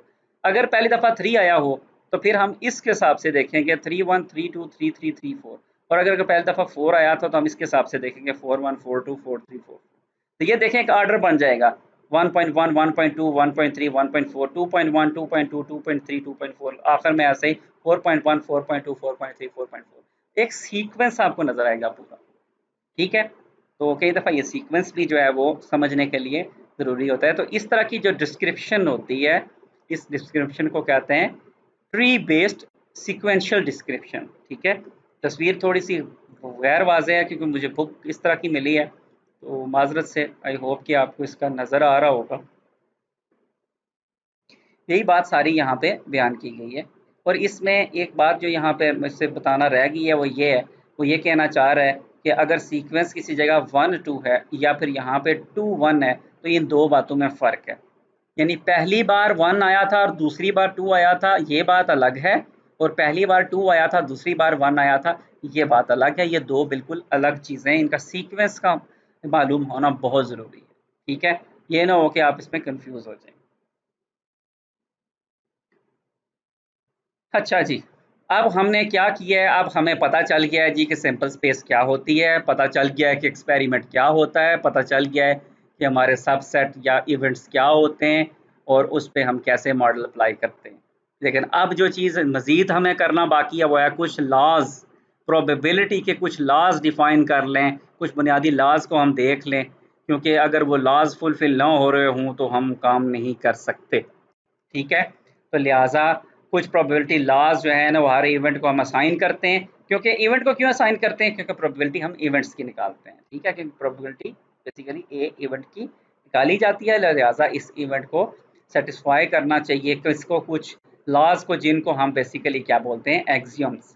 एक्सियम्स वो बुनियादी लॉज हैं प्रोबेबिलिटी के, जो कि बेसिकली इनको फुलफिल करने चाहिए। देखते हैं जी क्या है यहाँ पे लॉज। बड़े आसान से लॉज हैं, बड़े दिलचस्प लॉज हैं। यहाँ 3 जो है वो बुनियादी एक्सक्यूज मी लॉज का जिक्र किया गया है। Probability axioms. First probability axiom ये कहता है कोई भी इवेंट है ए, उसकी जो प्रोबेबिलिटी है आने की, वो ए ज़रा सबसेट है आपकी सैंपल स्पेस का, उसकी प्रोबेबिलिटी जो है वो नॉन ज़ीरो है, यानी या सॉरी नॉन नेगेटिव है, आई एम सॉरी, या तो उसकी प्रोबेबिलिटी 0 होगी या उसकी प्रोबेबिलिटी 1, बेसिकली प्रोबेबिलिटी 1 और 0 के दरमियान में होगी। 1 का मतलब है 100% हो गया, 0 का मतलब बिल्कुल भी नहीं हुआ या कहीं दरमियान में है। लिहाजा ये नहीं हो सकता कि आपकी प्रोबेबिलिटी नेगेटिव हो। तो नॉन नेगेटिविटी होती है जी, जब भी किसी भी इवेंट की प्रोबेबिलिटी मालूम की जाती है तो जो जवाब होता है कभी नेगेटिव नहीं होता, हमेशा जवाब या 0 होता है या पॉजिटिव होता है। ठीक है, तो लिहाजा पहली प्रॉपर्टी है नॉन नेगेटिव, ये ग्रेटर देन इक्वल टू 0 होगी प्रोबेबिलिटी किसी भी इवेंट की, हमेशा फॉर एवरी इवेंट ए। एक ये बात आपने याद रखनी है। दूसरा एक्सियम क्या है, ये एक प्रॉपर्टी है एडिटिविटी। एडिटिविटी क्या कहती है, एडिटिविटी ये कहती है कि अगर आपके पास दो सबसेट्स हैं, किसी बड़े सेट के अंदर दो छोटे सबसेट्स हैं और वो दोनों डिसजॉइंट हैं। डिसजॉइंट से मुराद ये है कि वो दोनों के अंदर अपना कुछ भी कॉमन नहीं है, दोनों जुदा जुदा हैं, दोनों का जो मटेरियल है बिल्कुल अलग है, कुछ भी शेयर नहीं कर रहे, डिसजॉइंट है दोनों, ए और बी दोनों बिल्कुल अलग अलग हैं। तो उन दोनों के यूनियन की जो प्रोबेबिलिटी है वो बेसिकली उन दोनों के अकेले की प्रोबेबिलिटी का सम है। यानी वो कहता है कि आप पहले की प्रोबेबिलिटी निकाल लो जमा दूसरे की निकाल लो, या एक की निकालो और दूसरे की भी अपनी अपनी निकाल लो और दोनों को जमा कर लो, ये बात बराबर है कि आप दोनों का पहले यूनियन ले लो और उसकी प्रोबेबिलिटी निकाल लो। क्योंकि दोनों का जब आप यूनियन लेते हैं तो आप बेसिकली दोनों को सम ही कर रहे होते हैं। तो बात यह है कि आप दोनों को पहले सम कर लो, फिर उनकी गठी प्रोबेबिलिटी निकाल लो, या आप दोनों की अकेले के लिए प्रोबेबिलिटी निकाल लो या जमा कर लो, बात बराबर है। लेकिन इसमें ये बात याद रखिएगा, ये सिंपल तो है लेकिन ये तभी लागू होगा जब आपका ए और बी दोनों डिसजॉइंट हैं, यानी उन दोनों का आपस में कोई शराकतदारी नहीं है। और अगर उन दोनों की आपस में कोई भी शराकतदारी होगी उस सूरत में ये इक्वेशन चेंज हो जाएगी और ये इक्वालिटी का साइन नहीं रहेगा। ठीक है, और ये यहाँ पे बेसिकली आपकी वो तीसरी टर्म भी आ जाएगी नेगेटिव में, तो वो आगे चल के आएगी, मैं आपको बता दूंगा। अच्छा, अब बात ये है कि अगर तो हमारे पास सेट दो ही थे, बुनियादी प्रॉपर्टी यही है एडिटिविटी, लेकिन अगर सेट ए और बी थे तो उसके लिए इक्वेशन ये होगी, लेकिन अगर हमारे पास सेट ए ज्यादा हूं, वो इतने ज्यादा हों कि पता ही नहीं है इनफिनाइट है, ये तो बहुत ज्यादा है, यानी पहला सेट यूनियन दूसरा सेट यूनियन, यानी A1 A2 पता नहीं डॉट डॉट डॉट, ये तो इनफाइनाइट है, सेट्स इनफाइनाइट है, यानी बेसिकली इवेंट्स इनफाइनाइट है।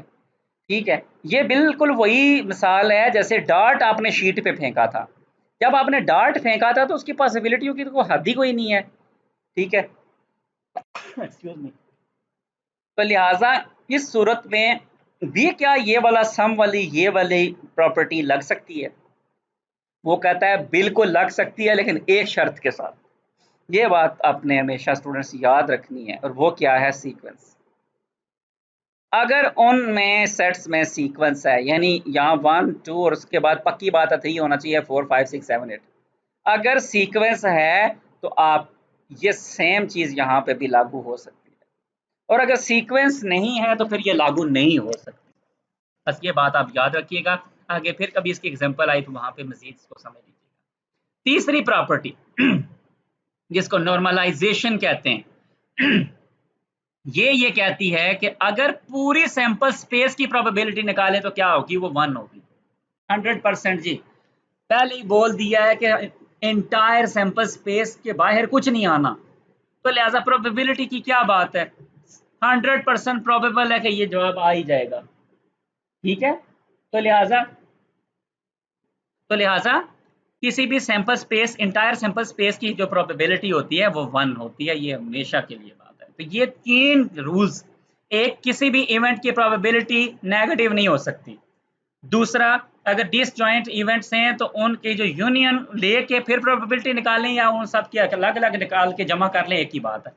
और तीसरा कि पूरे सैंपल स्पेस की प्रोबेबिलिटी बेसिकली 1 होती है। ये तीनों बातें आपने याद रखनी है। ये 3 बुनियादी एक्सियम्स हैं, 3 बुनियादी लॉज हैं, और ये किसी भी मॉडल के अंदर इनका फुलफिल होना ज़रूरी है। अगर ये हो रहे हैं तो वो मॉडल आपका ठीक है, नहीं हो रहे तो नहीं ठीक। हम जब भी आगे किसी भी एग्जाम्पल को देखेंगे तो हम इन तीनों का अक्सर जिक्र करेंगे कि ये तीनों वहाँ अगर अप्लाई करें तो ये तीनों सेटिस्फाई होते हैं कि नहीं होते। ये एक मिसाल है, आप देख सकते हैं कि यहाँ पे 2 डिसजॉइंट सेट्स मैंने बनाए हैं। एक ये पूरी सैंपल स्पेस है वाइट कलर की, और उसमें एक ए सबसेट है और एक बी सबसेट है, और ये दोनों डिसजॉइंट है, इनका कुछ भी जॉइन नहीं है। तो इसी की बात चल रही थी कि आप ए की प्रोबेबिलिटी निकाल लें और बी की निकाल के जमा कर लें, या पहले इन दोनों का यूनियन ले लें, ए यूनियन बी, और फिर गट्ठे इनकी प्रोबेबिलिटी देख लें। दूसरा ये कहता है कि वो ये कहता है कि ये जो प्रॉपर्टी है एडिटिव वाली, क्या है, प्रोबेबिलिटी लॉज को अगर आपने देखना है तो कहते हैं आप इसको ऐसे भी समझ सकते हैं कि जैसे आपके पास एक यूनिट मास है which is spread over the sample space. ये वैसे ऐसे समझे जैसे मादा है, कोई मटेरियल है, ए में जितना मटेरियल है वो ए का है, समझे वो रेड कलर का है, बी का जो मटेरियल है उसका अपना मटेरियल है वो ब्लू कलर का है। ठीक है, तो प्रोबेबिलिटी ए की क्या है? सिंपली द टोटल मास, ये इसकी प्रोबेबिलिटी उतनी है जितना इसका मास है। आपको पता है कि अगर ये इस वक्त दोनों का मास बराबर दिखाया गया है, बराबर साइज दिखाया गया है, तो लिहाजा दोनों की प्रोबेबिलिटी बराबर है। लेकिन अगर एक का साइज छोटा कर दें, जो ही किसी का साइज छोटा कर देंगे तो हम कहेंगे इसकी प्रोबेबिलिटी अब कम हो गई है, जिसका ज्यादा हो जाएगा उसकी प्रोबेबिलिटी ज़्यादा होगी। तो लिहाजा प्रोबेबिलिटी बेसिकली उसके कलेक्टिव मैस के साथ जुड़ी हुई होती है। तो मैस जितना ज़्यादा होता है उतने उसके, क्योंकि जितना ज़्यादा किसी भी इवेंट का मैस होता है वो बेसिकली जो सैंपल स्पेस का ज़्यादा हिस्सा अपने अंदर समो लेता है। तो सैंपल स्पेस पे जितना ज़्यादा किसी इवेंट का कब्जा होता है उसकी प्रोबेबिलिटी उतनी ज़्यादा होती है। और अगर कोई इवेंट इतना जो है वो क्या कहते हैं कब्जा माफिया हो कि वो पूरी सैंपल स्पेस खा जाए, तो फिर उसकी प्रोबेबिलिटी 1 हो जाएगी। आपको पहले बताया कि वो प्रोबेबिलिटी बेसिकली क्या हो जाती है, ये देखें 1 हो जाती है।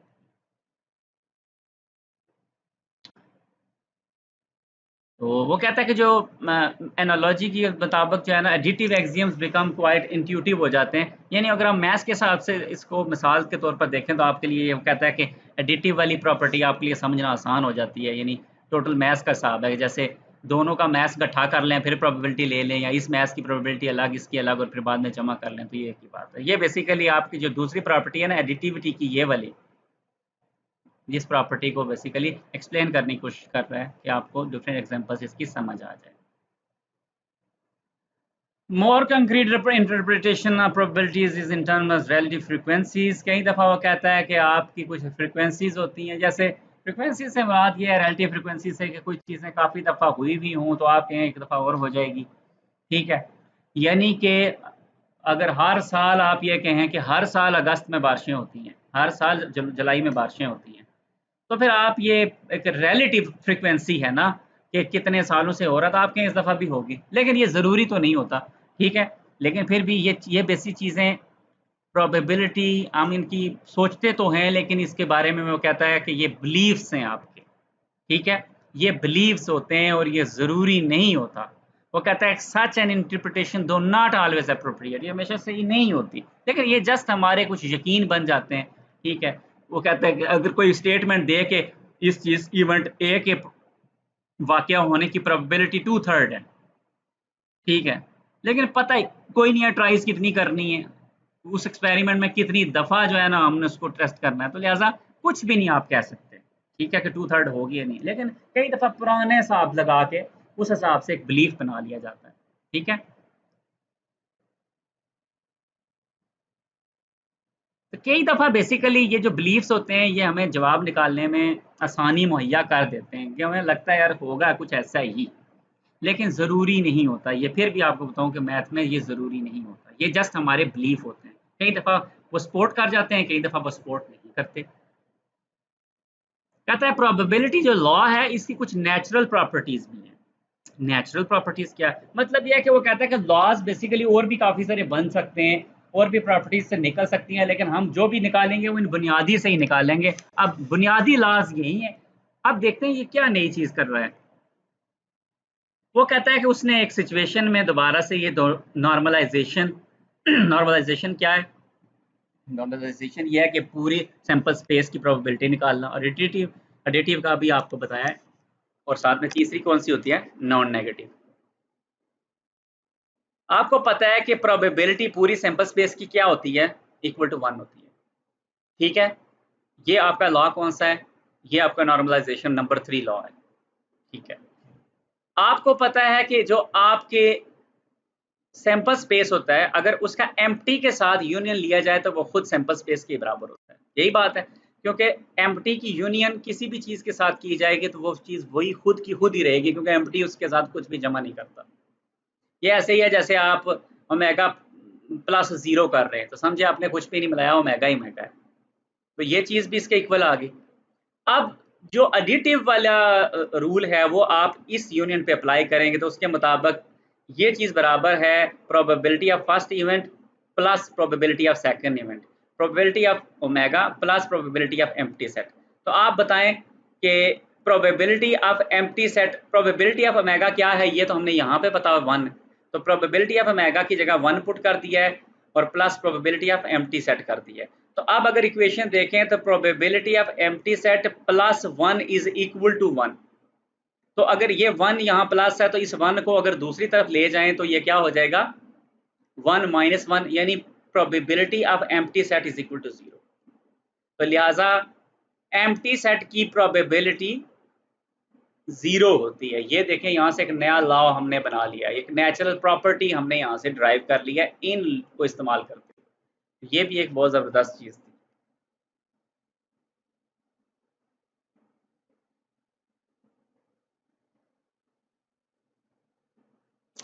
अब एक और एग्जांपल है।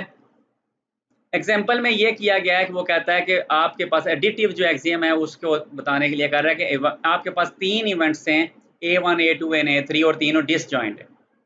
तो कहता है कि अगर आप probability A1 union A2 A3 की निकाल रहे हैं तो कहता है कि हमने तो वहाँ सिर्फ 2 का रूल बनाया था, 3 का रूल तो कोई नहीं था। वो कहता है आप 3 से को कैसे 2 के रूल से कर सकते हैं? वो कहता है कि प्रोबेबिलिटी आप पहले सेट की करके ना यूनियन दूसरे दोनों को मिला के कर लें, ठीक है। फिर पहले को बाहर रखें, फिर इसको इसकी प्रोबेबिलिटी को फिर ओपन कर लें मजीद। तो इस तरह से आप देखेंगे वो तीनों को स्प्लिट आउट कर रहा है। ये बहुत सिंपल है।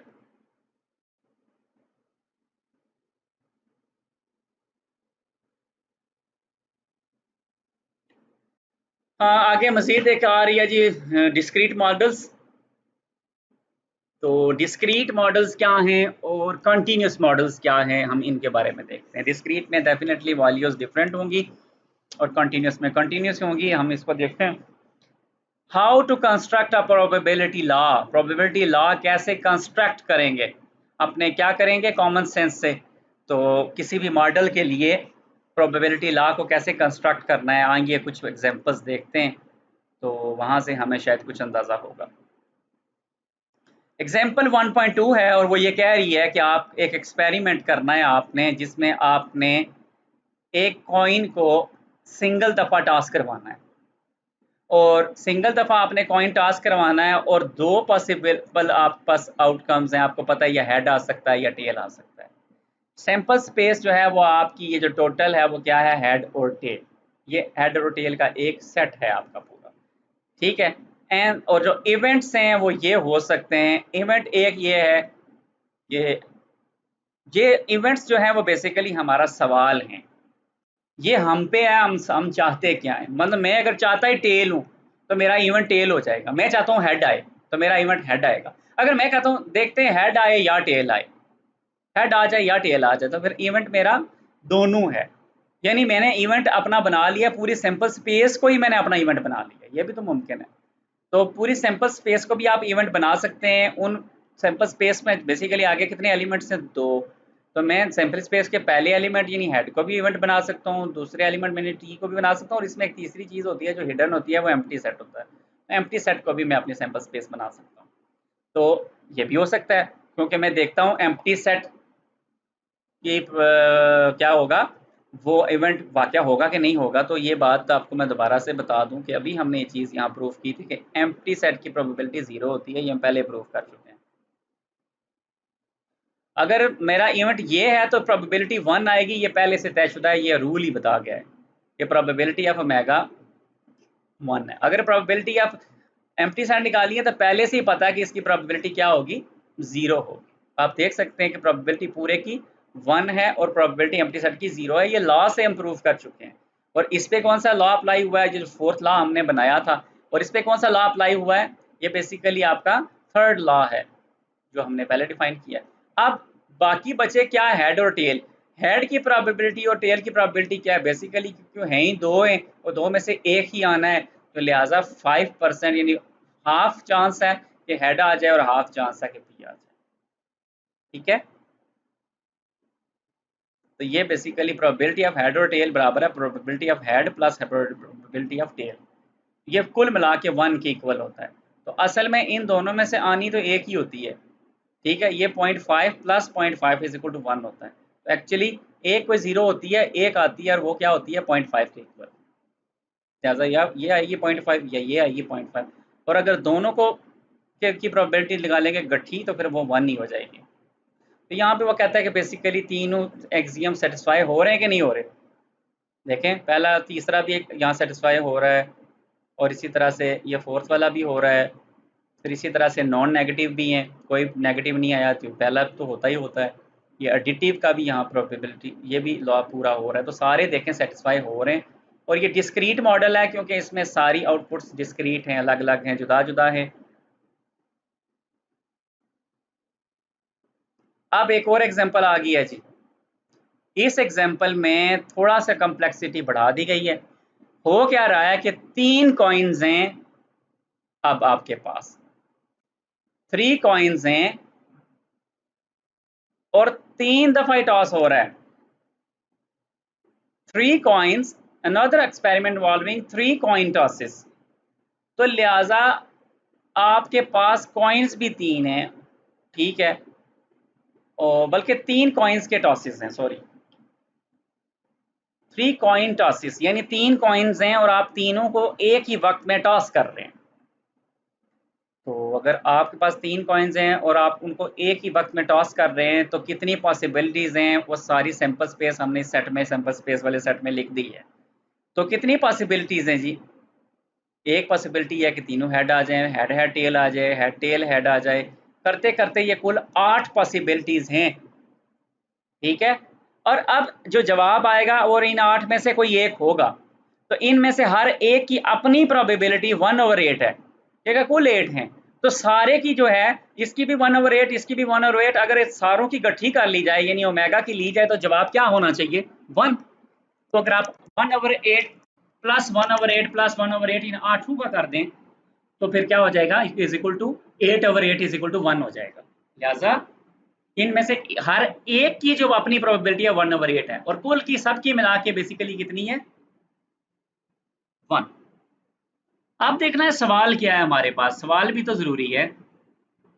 वो कहता है कि एग्जैक्टली 2 हेड्स अकर, ठीक है, देखें कि एग्जैक्टली 2 हेड कब आते हैं। एग्जैक्टली 2 हेड्स अगर देखें इसमें 2 हेड हैं नहीं, वो कहता है एग्जैक्टली 2 हूं, इसमें 2 हैं, यस एक हो गया, इसमें भी 2 हेड हैं, 2 हो गए, इसमें भी 2 है, 3 हो गए।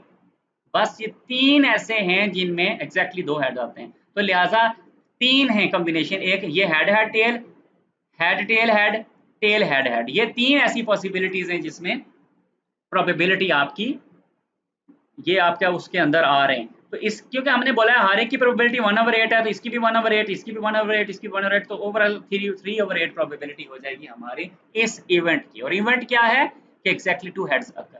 तो इवेंट सवाल डिपेंड करेगा हमेशा हमारे सवाल पे। मैं कहता हूँ कि 3 बार हेड आ जाए, मेरा इवेंट ये है, तो वो तो एक ही दफा मुमकिन है, तो लिहाजा 1/8 उसकी पॉसिबिलिटी होगी, जवाब 1/8 होगा। अगर मैं आपसे ये सवाल करूँ कि 3 दफा टेल आ जाए तो वो तो एक ही दफा मुमकिन है, लिहाजा 1/8 आप जवाब बोलेंगे। मैं आपको कहूंगा 2 दफा टेल आ जाए, तो 2 दफा टेल एग्जैक्टली 2 दफा टेल आए, 2 दफा टेल एक यहाँ आ रही है, एक यहाँ आ रही है और एक यहाँ आ रही है, तो उसकी भी प्रोबेबिलिटी 3/8 की हो जाएगी। तो लिहाजा ये इवेंट डिपेंड करेगा। तो देखें लॉज सारे फुलफिल हो रहे हैं, तो लिहाजा ये एग्जांपल पहले एक टॉस की थी और फिर 3 टॉसेस की देख लें।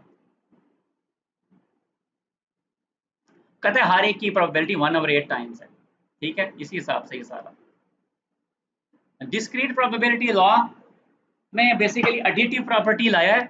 और एडिटिव प्रॉपर्टी में वो कहता है कि फर्ज करें आपके जो इवेंट्स हैं, मैंने अभी बोला ना कि इवेंट आप पे आप जितने मर्जी इवेंट बना लें, अगर आपके इवेंट्स काफी सारे हैं, एन इवेंट्स हैं, पता नहीं ये एन 10 भी हो सकता है 1 से 10 तक, ये एन 100 भी हो सकता है 1 से 100 तक, तो जितने एन इवेंट्स हैं उन एन इवेंट्स की जो प्रोबेबिलिटी होगी वो असल में इनमें से हर एक के अकेले की प्रोबेबिलिटी निकाल के जमा कर लें वो उसके बराबर है। ये हमारा वही दूसरा लॉ है एडिटिव वाली, वो प्रॉपर्टी यहाँ जो है डिस्क्रीट पे चल जाती है, ठीक है, ये डिस्क्रीट पे हमेशा चल जाती है। लेकिन ये जरूरी है, एक शर्त है यहाँ पे, वो शर्त क्या है कि डिसजॉइंट हो, ये ना हो कि एक इवेंट दूसरे इवेंट से मैच कर रहा हो, एक इवेंट का दूसरे इवेंट से कोई ताल्लुक नहीं होना चाहिए, एक इवेंट अलग से है, ये इवेंट अलग से है, हर इवेंट आपस में एक्सक्लूसिव होना चाहिए, बिल्कुल अलग अलग होना चाहिए। और इसी तरह उसकी प्रोबेबिलिटी भी क्या होगी, जितनी दफा वो इवेंट आएगा ओवर टोटल, अगर एक इवेंट टोटल 8 पॉसिबिलिटीज हैं एन और उनमें से 8 में वो एक ही दफा आता है तो उसकी प्रोबेबिलिटी 1/8 होगी। और अगर वो इवेंट 2 दफा आता है 8 में तो उसकी 2/n यानी 2/10 हो जाएगी। ये लिहाजा वो इवेंट जितनी दफा आएगा ए उतना डिवाइड बाय टोटल। अभी हमने एग्जांपल सॉल्व की है तो उसमें क्या किया हमने बेसिकली कि टोटल 8 था, हमारा इवेंट ये भी हो सकता है कि सिर्फ 3 दफा ऐड आए, तो उस सूरत में तो एक ही है 1/8। लेकिन ये जो हमारा सवाल था कि 2 दफा हेड आए एग्जैक्टली, इसकी 3/8 होगी। तो बेसिकली ऊपर जो है क्या आना है ये इवेंट पे डिपेंड करता है, नीचे तो टोटल ही आएगा। तो इवेंट किस पे डिपेंड करता है आपके सवाल पे डिपेंड करता है। तो जो सवाल होगा वो जितनी दफा वाकई होगा डिवाइड बाय टोटल। एग्जाम्पल आ गया जी, मजीद एक थर्ड एग्जाम्पल आ गई है और वो एग्जाम्पल वही पुरानी एग्जाम्पल है कि 4 साइड वाले आपके पास डाइस हैं 2 और आप उनको बल्कि एक डाइस है 2 दफा फेंक रहे हैं, या आपके पास 2 डाइस है 1 दफा फेंक रहे हैं, ठीक है, जिस तरह से भी आप कर रहे हैं, कॉम्बिनेशन आपके 16 बन रहे हैं। ये ऊपर भी हमने वो जहाँ पे ट्री वाली एग्जाम्पल दी थी, ट्री वाला सिक्वेंशियल जो है ना तस्वीर दिखाई थी, वहाँ साथ में आपको वो बॉक्स में भी दिखाया था। तो ये 4 × 4 का एक बनता है, 16 पॉसिबिलिटीज हैं इसकी, ठीक है। To calculate the probability of an event, we must count the number of elements of the event and divide by 16. तो हमने देखने होते हैं कि हमारा इवेंट है क्या। इवेंट है सवाल, सवाल में देखो इवेंट क्या है, वो चीज़ कितनी दफ़ा वाक़ई होती है। टोटल पॉसिबिलिटी 16 है, 16 से डिवाइड। अगर वो इवेंट एक ही दफ़ा होता है तो 1/16 होगा। ये वो देखें तस्वीर में आप लोगों को मैंने दिखाया कि ये पिरामिडल शेप के जो है 4 फेस डाई होते हैं, ठीक है। बड़े मज़े के सवाल हैं, मैं जल्दी-जल्दी इनसे गुज़रता हूँ, आप ज़रूर इनको आराम से करें, डिस्कस करें। पहली बात यह है कि अगर हम 2 डाइस फेंक रहे हैं, तो देखते हैं टोटल पॉसिबिलिटीज़ क्या हैं, याद रखें 16 हैं, 16 ही रहेंगी total possibilities. Sum of the rolls is even, तो बेसिकली 16 पॉसिबिलिटीज़ में 8 इवन होती हैं और 8 ऑड होती हैं, तो लिहाज़ा 8/16 चांस है जो 1/2 के बराबर हो जाएगा। प्रोबेबिलिटी के sum of the rolls is odd, तो मैंने बोला है कि इवन और ऑड दोनों आधी-आधी होती हैं, तो ये 8/16 इनका भी हो जाएगा। The first roll is equal to the second, पहला रोल सेकंड के इक्वल हो जाए, तो ये बात कब होती है 1 1 2 2 3 3 4 4, तो ये बेसिकली 4 पॉसिबिलिटीज बन जाती हैं 4/16। The first roll is larger than the second, पहला रोल सेकंड से बड़ा है। ये पॉसिबिलिटी कितनी दफा होती है मैं आपको गिन के बता देता हूँ। 2 1 में पहला बड़ा है, दूसरा छोटा। 2 1, अब 2 2 नहीं हो सकता क्योंकि दोनों बराबर हो जाए। 2 1 एक, 3 1 एंड 3 2, 2 ये होगी 3, 4 1 4 2 4 3, 3 ये होगी 6 पॉसिबिलिटीज हैं जी 16 में, जिनमें पहले वाला दूसरे से बड़ा होता है। At least 1 roll is equal to 4, कम से कम एक 4 आए, तो ये ऐसी पॉसिबिलिटीज मैं आपको गिनवाता हूँ। 4 1 4 2 4 3 4 4 4 3 सॉरी 4 1 4 2 4 3 4 4 3 4 2 4 1 4, तो ये 7 बनती हैं जिनमें 4 4 आते हैं, तो लिहाजा ये आप देख सकते हैं, ये देख लें, ये 4 1 4 2 4 3 4 4 4 4 3 4 2 4 1, ये 7 बन जाती हैं। ये जवाब है बेसिकली इसका 7/16 का। और दूसरा जो था first roll equal to the second, ये देखें 1 1 2 2 3 3 4 4, तो ये बेसिकली 4/16 ये वाला बन जाता है। तो कई दफा देखें जो है वो इस तरह से डायग्राम से कितना आसानी से वो समझ आ जाता है। तो कोशिश करें जब भी आपके पास एक सवाल आए, आप उसकी एक डायग्राम बनाएं और डायग्राम से और उसकी सारी पॉसिबिलिटीज़ को सामने रखें, फिर वहाँ से काउंट कर लें, ये बहुत आसान होगा। क्योंकि थ्योरेटिकली कई दफ़ा छोटे एग्जाम्पल को समझना तो आसान होता है, लेकिन थोड़ी कम्प्लेक्स होती जाए तो फिर मुश्किल है, फिर आप नहीं कर सकते। ये पिछले मॉडल जो चल रहे हैं वो डिस्क्रीट मॉडल्स हैं, अब कंटिन्यूस मॉडल्स की तरफ हम चलते हैं। इसके बाद ये डिस्क्रीट नहीं होना चाहिए, ये कंटिन्यूस शुरू हो गया है। कंटिन्यूस मॉडल्स में क्या होता है, कंटिन्यूस मॉडल्स के अंदर बात यह है कि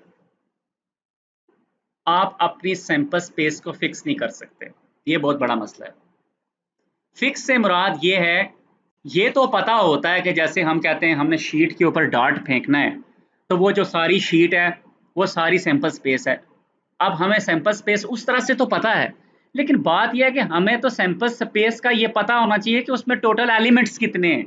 जैसे अभी पिछले मिसाल में 16 एलिमेंट थे, हम कहते थे 8/16 4/16 इतने/16, या उससे पहले जो मिसाल थी उसमें 1/8 2/8 3/8, तो पता था ना एलिमेंट्स 8 हैं। सैंपल स्पेस में 8 एलिमेंट हैं या 16 हैं या 36 थे, वो जो 2 ग्रीन और रेड कलर के डाइस फेंके थे। लेकिन कॉन्टिन्यूस मॉडल के अंदर नंबर ऑफ एलिमेंट्स आप सैंपल स्पेस का एरिया तो बता देते हैं, लेकिन उसमें नुक्ते कितने ये नहीं बता सकते। कंटिन्यूस मॉडल के अंदर याद रखें कि सैंपल स्पेस के एलिमेंट्स इनफाइनाइट होते हैं, इनफाइनाइट होते हैं, ये आप बस नुक्ते की बात याद रखें। और वहां पे इनफाइनाइट नंबर ऑफ पॉइंट्स में आप कोई एक पॉइंट चुन लें, वहां पे एक जर्रा, और आप कहें कि डार्ट इसको निशाना बनाए, इस बात के चांस याद रखें 0 है। ये बड़ी दिलचस्प बात है, मैं रिपीट करता हूं, डिस्क्रीट मॉडल के अंदर सैंपल स्पेस में नंबर ऑफ एलिमेंट्स फिक्स होते हैं, काउंटेबल होते हैं, पता होते हैं कितने, 8 हैं 16 हैं 36 हैं, और आप अपने इवेंट की चांस निकालते हैं कि वो इवेंट 16 में एक दफा होता है, तो आप कहते हैं 1/16 इसका चांस है। लेकिन जब डिसकंटिन्यूस मॉडल में सैंपल स्पेस के एलिमेंट्स ही नहीं पता, डिवाइड किससे करेंगे आप? जैसे आप 2/16 लिखते हैं, 8/16 लिखते हैं, तो आप 1/16 लिखते हैं, नीचे 16 लिखते हैं ना, क्योंकि टोटल एलिमेंट 16 है। कंटिन्यूस मॉडल के अंदर टोटल एलिमेंट्स इनफाइनाइट हैं। जब आप इन्फिनिटी से किसी चीज को डिवाइड करते हैं तो चांस क्या है उसका? 0। इस बात का चांस 0 है, ये याद रखिएगा। It can not be positive because then using the additive axiom, वो नेगेटिव तो नहीं हो, क्या कहते हैं, वो कहते हैं कि लिहाजा वो वैल्यू बेसिकली क्या होती है, वो पॉजिटिव तो नहीं आ सकती, अब वो नेगेटिव भी नहीं हो सकती, पॉजिटिव हो नहीं सकती, नेगेटिव लॉ कहता है कि नहीं होनी चाहिए, एक्चुअली वो 0 होती है, 0 हो जाएगी। It would follow the events sufficiently large number of elements would have, अब देखिएगा आगे वो क्या कहेगा, probability larger than, therefore the probability of any event that consists of a single element must be 0। कहता 0 होनी पड़ेगी, उससे अलावा चारा नहीं। आप ये बस बात याद रखें कि उसकी प्रोबेबिलिटी 0 होगी। लें जी, एक एग्जांपल आ रही है बड़ी दिलचस्प, ठीक है, तो आपने इसको पॉजिटिव ही लेना है, ठीक है। जैसे हमारे यहाँ किरदार होते हैं ना, हीर रांझा, लैला मजनू, इसी तरह वेस्ट में आपको पता है रोमियो जूलियट जो है उसका काफ़ी चर्चा है। वो कहते हैं कि रोमियो और जूलियट ने मुलाकात करनी है। बड़ा दिलचस्प सवाल है, गौर से सुनिएगा। उन दोनों ने मुलाकात करनी है और उन दोनों ने ये तय किया है कि वो दोनों 0 से लेकर 1 आवर घंटे के डिले, 0 से लेकर 1 आवर घंटे के डिले के साथ मुलाकात करेंगे और वो एक मकाम पे पहुंचेंगे और जब पहला आ जाएगा तो वो दूसरे का इंतजार सिर्फ 15 मिनट करेगा, और पहला आया और उसने 15 मिनट इंतजार किया, अगर वो दूसरा आ गया तो ठीक है, नहीं तो वो चला जाएगा। यानी कि फर्ज करें उन्होंने ये तय किया कि 12 बजे मुलाकात करनी है, लेकिन वो कहते हैं कि मुलाकात 12 से लेकर 1 के दरमियान में हो सकती है। अगर पहला 12 बजे आ गया और दूसरा 12:10 पे आ गया तो ठीक है, मुलाकात हो जाएगी। लेकिन अगर पहला 12 बजे आया और दूसरा 12:16 पे आया तो मुलाकात नहीं होगी, क्योंकि 15 मिनट के बाद वो उठ के चला जाएगा। लेकिन अगर पहला आया ही 10 मिनट पे था और दूसरा 15 मिनट, दूसरा 20 मिनट पे भी आया तो भी मुलाकात हो जाएगी, क्योंकि वक्फा तो 10 मिनट का ही होगा। तो ये वो कहता है कि अब ये बताएं कि मुलाकात का चांस कितना है। दिलचस्प सवाल है। थ्योरेटिकली इस तरह सोचते हुए आपको बड़ा वक्त चाहिए। इस सवाल का जवाब आपको यहाँ से पता चलेगा। यहाँ पे बेसिकली ये सब एग्जांपल है बेसिकली कंटिन्यूस मॉडल की है, ठीक है। ये गलती से ऊपर डिस्क्रीट मॉडल लिखा है, ये कंटिन्यूस मॉडल की एग्जांपल है। कंटिन्यूस मॉडल के अंदर याद रखें इस तरह से एक स्क्वायर ड्रॉ किया जाता है, शीट ड्रॉ की जाती है, और उसमें क्योंकि दो बंदे शामिल हैं, जब एक बंदा शामिल हो और एक इवेंट शामिल हो तो फिर वो एक ही लाइन में होता है। और अब इसमें क्योंकि दो बंदों के साथ शामिल है, क्योंकि दो वेरिएबल्स है ना, पहला पता नहीं कब आता है और दूसरा पता नहीं कब आता है, तो दो हैं। अगर हम एक को x कह दें और दूसरे को y कह दें, यानी फर्ज करो रोमियो को x कह दें और जूलियट को y बोल दें, तो चांस क्या है 0 से 1 और 0 से 1 के दरमियान। 0 से लेकर 1 तक ये वो घंटा है, ठीक है, जो समझे 12 बजे से शुरू होके 1 बजे तक का है। और इसी तरह से ये 0 से 1 बेसिकली वो है जो जूलियट का टाइम है, जो 12 बजे से शुरू होता है और 1 बजे तक जाता है। अब दोनों की मुलाकात हो जाए, वो मुलाकात क्योंकि 12 से 1 इसके लिए और 12 से 1 इसके लिए, वो इस डब्बे के अंदर का टोटल वो टाइम है जिसमें मुलाकात का उन्होंने टोटल वक्त रखा है। इसके बाहर तो मुलाकात उन्होंने रखी नहीं है। टोटल सैंपल स्पेस यह है कि मुलाकात इसके अंदर हो जाए। लेकिन जो अगला शर्त है, मैंने आपको बोला था जो सवाल रखा जाता है आखिर में, वो जो कंडीशन रखी जाती है इवेंट उसको कहते हैं, और वो कंडीशन उस पूरे में से कुछ, पूरे का कुछ हिस्सा होती है, उसका सबसेट होती है। अब ये जो पूरा बॉक्स है, पूरा स्क्वायर है, ये बेसिकली सैंपल स्पेस है, और उसके अंदर वो वक्त जिसमें मुलाकात हो सकती है वो बेसिकली इवेंट है हमारा, कि इवेंट होगा कि नहीं, मुलाकात होगी कि नहीं। अगर ये घंटा है और इस घंटे में को 4 हिस्सों में डिवाइड करें तो यहाँ तक आधे हो गए कितने, आधा घंटा, ये हो गया 15 मिनट। 15 मिनट बेसिकली उसका चौथा हिस्सा होता है, 1/4 15 मिनट है, ठीक है। इसी तरह यहाँ से यहाँ भी 15 मिनट, ये उसका फोर्थ पार्ट है। ठीक है, 1/4। यहाँ आधा घंटा, यहाँ पौना घंटा, यहाँ पूरा घंटा हो गया। इसी तरह यहाँ सवा घंटा, आधा घंटा, पौना घंटा और पूरा। ओके, अगर पहला आ गया फर्ज करें 0 पे, ठीक है, तो होगा क्या, तो दूसरा आ गया 15 मिनट पे भी, ठीक है, दूसरा भी आ गया तो मुलाकात हो जाएगी। ठीक, यानी पहला आ गया और दूसरा पहले से यहाँ मौजूद है, ये अभी अभी आया है और वो भी मौजूद है, तो लिहाजा मुलाकात हो जाए। ये आया है 15 मिनट इंतजार करेगा, ये यहाँ पे आया है ना, तो 15 मिनट इंतजार करेगा और उसके बाद ये चला जाएगा, उसके बाद चांस खत्म हो जाएगा। लिहाजा ये जब तक इसके 15 मिनट पूरे होते हैं, अगर ये आ गया तो मुलाकात हो जाएगी। उसके बाद अगर ये डिले करता है, ये यहाँ पे आता है और वो यहाँ पे आता है, तो भी मुलाकात हो जाएगी। तो इस तरह से ये जो पूरा ग्राफ बनता है, ये एक पूरा डायगोनल जो है, ये लाइन ड्रा की गई है 15 मिनट से यहाँ पे और इसी तरह 15 मिनट से यहाँ तक। ठीक है, तो इस एम के अंदर जो है मुलाकात मुमकिन है और एम के बाहर मुलाकात मुमकिन नहीं है।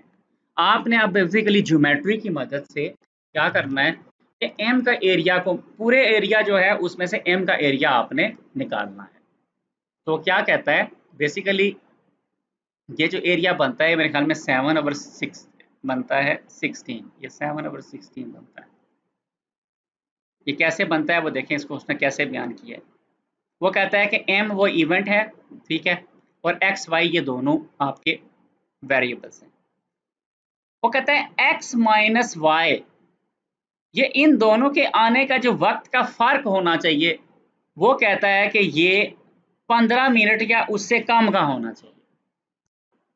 यानी मुलाकात तभी होगी जब 15 मिनट से मुराद 1/4, फोर्थ पार्ट घंटे का क्या होता है 15 मिनट, तो 1/4 के इक्वल टाइम हो या उससे थोड़ा हो तो आ जाएंगे। अब ये अगर कंडीशन नहीं बनती तो फिर बात खत्म है। जबकि x 0 से 1 के दरमियान में आ सकता है और y भी 0 के 1 के दरमियान में आ सकता है, लेकिन साथ में ये शर्त भी है।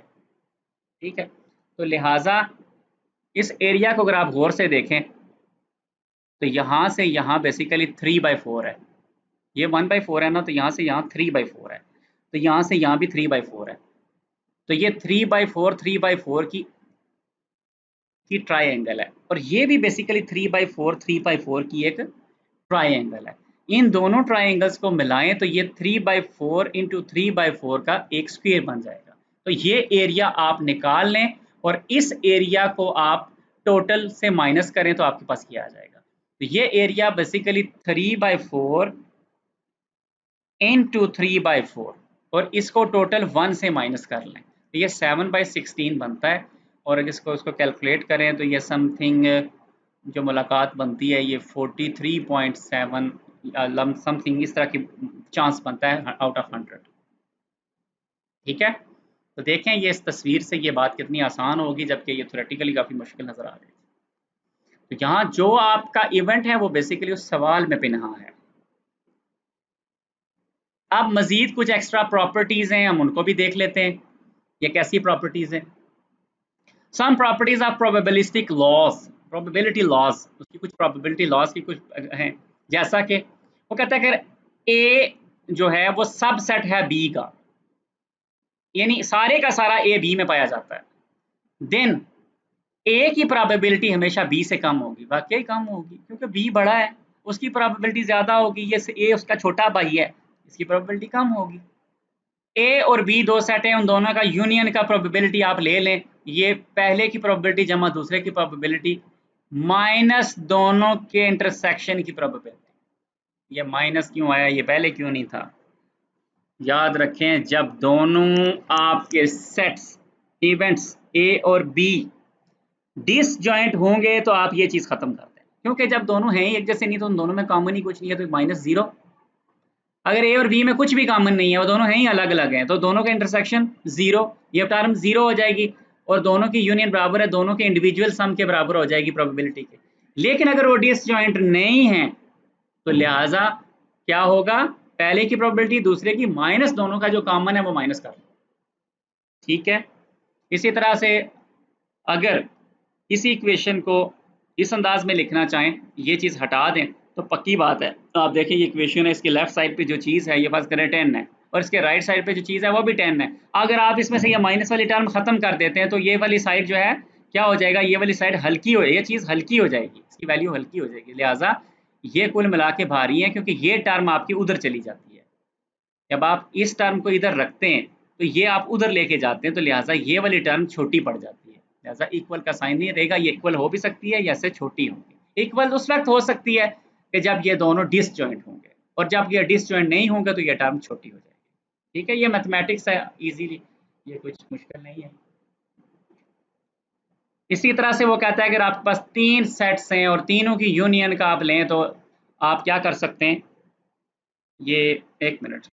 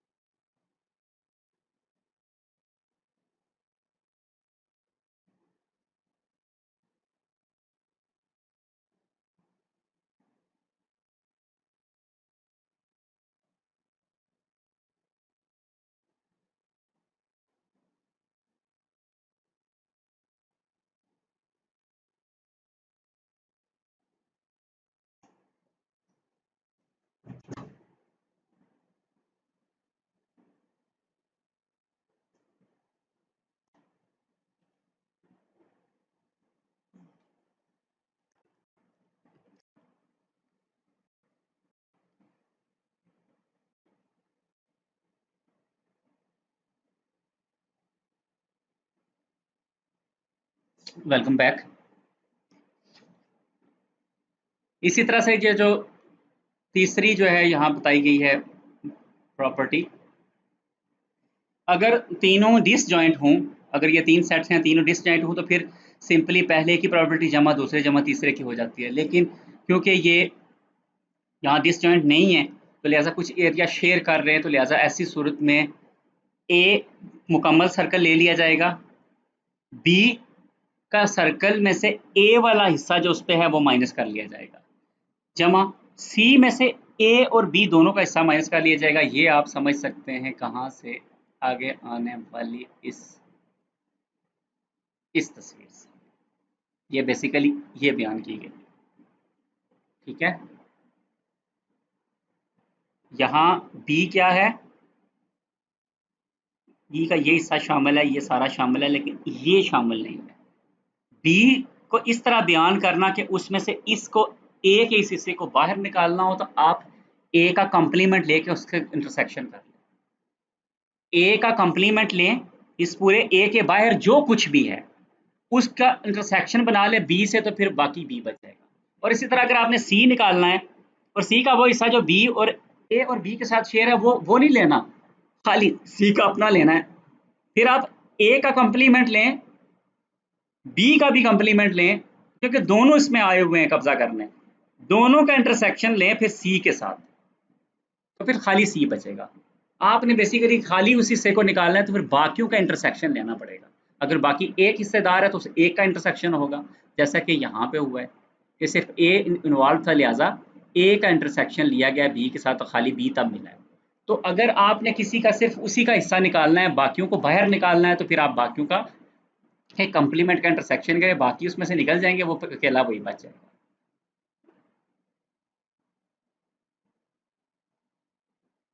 ठीक है, तो इस तरह से आप ये जो है इस चीज़ को डी को आप वहाँ वेन डायग्राम से बेहतर समझ सकते हैं। ये उसी को मज़ीद उसने ओपन करके बयान किया है कि जितने ज़्यादा हों आपके पास सेट्स, उन सब की जो यूनियन होती है बेसिकली हर के इंडिविजुअल के बराबर होती है, ठीक है, और लेस भी हो सकती है अगर बराबर तब होती है डिसजॉइंट हो, और अगर डिसजॉइंट ना हो तो वो उससे लेस होती है। ठीक है, इसी चीज़ को यहाँ उसने ओपन करके बयान किया कि कैसे हर एक को आप खोल के लिख सकते हैं। ठीक है, और इसी तरह से मज़ीद बात कर गया उसने, वो कहता है कि डिफरेंट जो हम एनालाइज जब करते हैं ना डिफरेंट अनसर्टेनिटीज़ को, ठीक है, तो वो कहता है कि दो तरह की स्टेजेस का हमें सामना करना पड़ता है। ठीक है, और फर्स्ट स्टेज ये होती है कि आप जो प्रोबेबिलिस्टिक मॉडल आप कंस्ट्रक्ट करते हैं, ठीक है, वो आप उसकी जो सैंपल्स जो है ना वो स्पेस आप सूटेबली डिफाइन करके उस पे लॉज अप्लाई करते हैं, तो कोई इतना मुश्किल नहीं होती है, आपको तीनों लॉज जो हैं वो इजीली उस पे अप्लाई हो जाते हैं। ठीक है, और लेकिन कुछ जो दूसरी इसकी टाइप है उसमें वो कहते हैं पैराडॉक्स होते हैं कि उसमें काफ़ी मुश्किल हो जाती है, यानी सवाल एक सूरत में इस मामला और एक बन जाता है और दूसरी में दूसरा बन जाता है। ये जब आप दूसरा भी पढ़ लेंगे तो फिर आपको समझ आएगी कि ये किस तरह का होते हैं। ये डिपेंड करते हैं मॉडल्स पे कि किस तरह का आपका मॉडल है। ठीक है, तो आपने किस तरह का मॉडल लिया है या मज़ीद वो कहता है कि चैप्टर 8 और 9 में हम इसको डिस्कस करेंगे। यानी कई दफ़ा ऐसा होता है कि आपने एक मॉडल लिया होता है और वो मॉडल बज़ाहिर इनकरेक्ट लग रहा होता है, लेकिन वो एक्चुअली ठीक रिज़ल्ट देता है। ठीक है, तो मुख्तलिफ लोगों के हवाले से मॉडल मुख्तलिफ हो सकते हैं, डिपेंड करता है कि उनके माइंड में क्वेश्चन क्या है। ठीक है, तो जितनी आप ज़्यादा एग्जांपल सॉल्व करेंगे तो उतना ही आपको उन चीज़ों की समझ बढ़ती जाएगी। यहाँ पे कुछ 3 सिचुएशंस दिखाई गई हैं, यहाँ ए जो है बी का सबसेट है।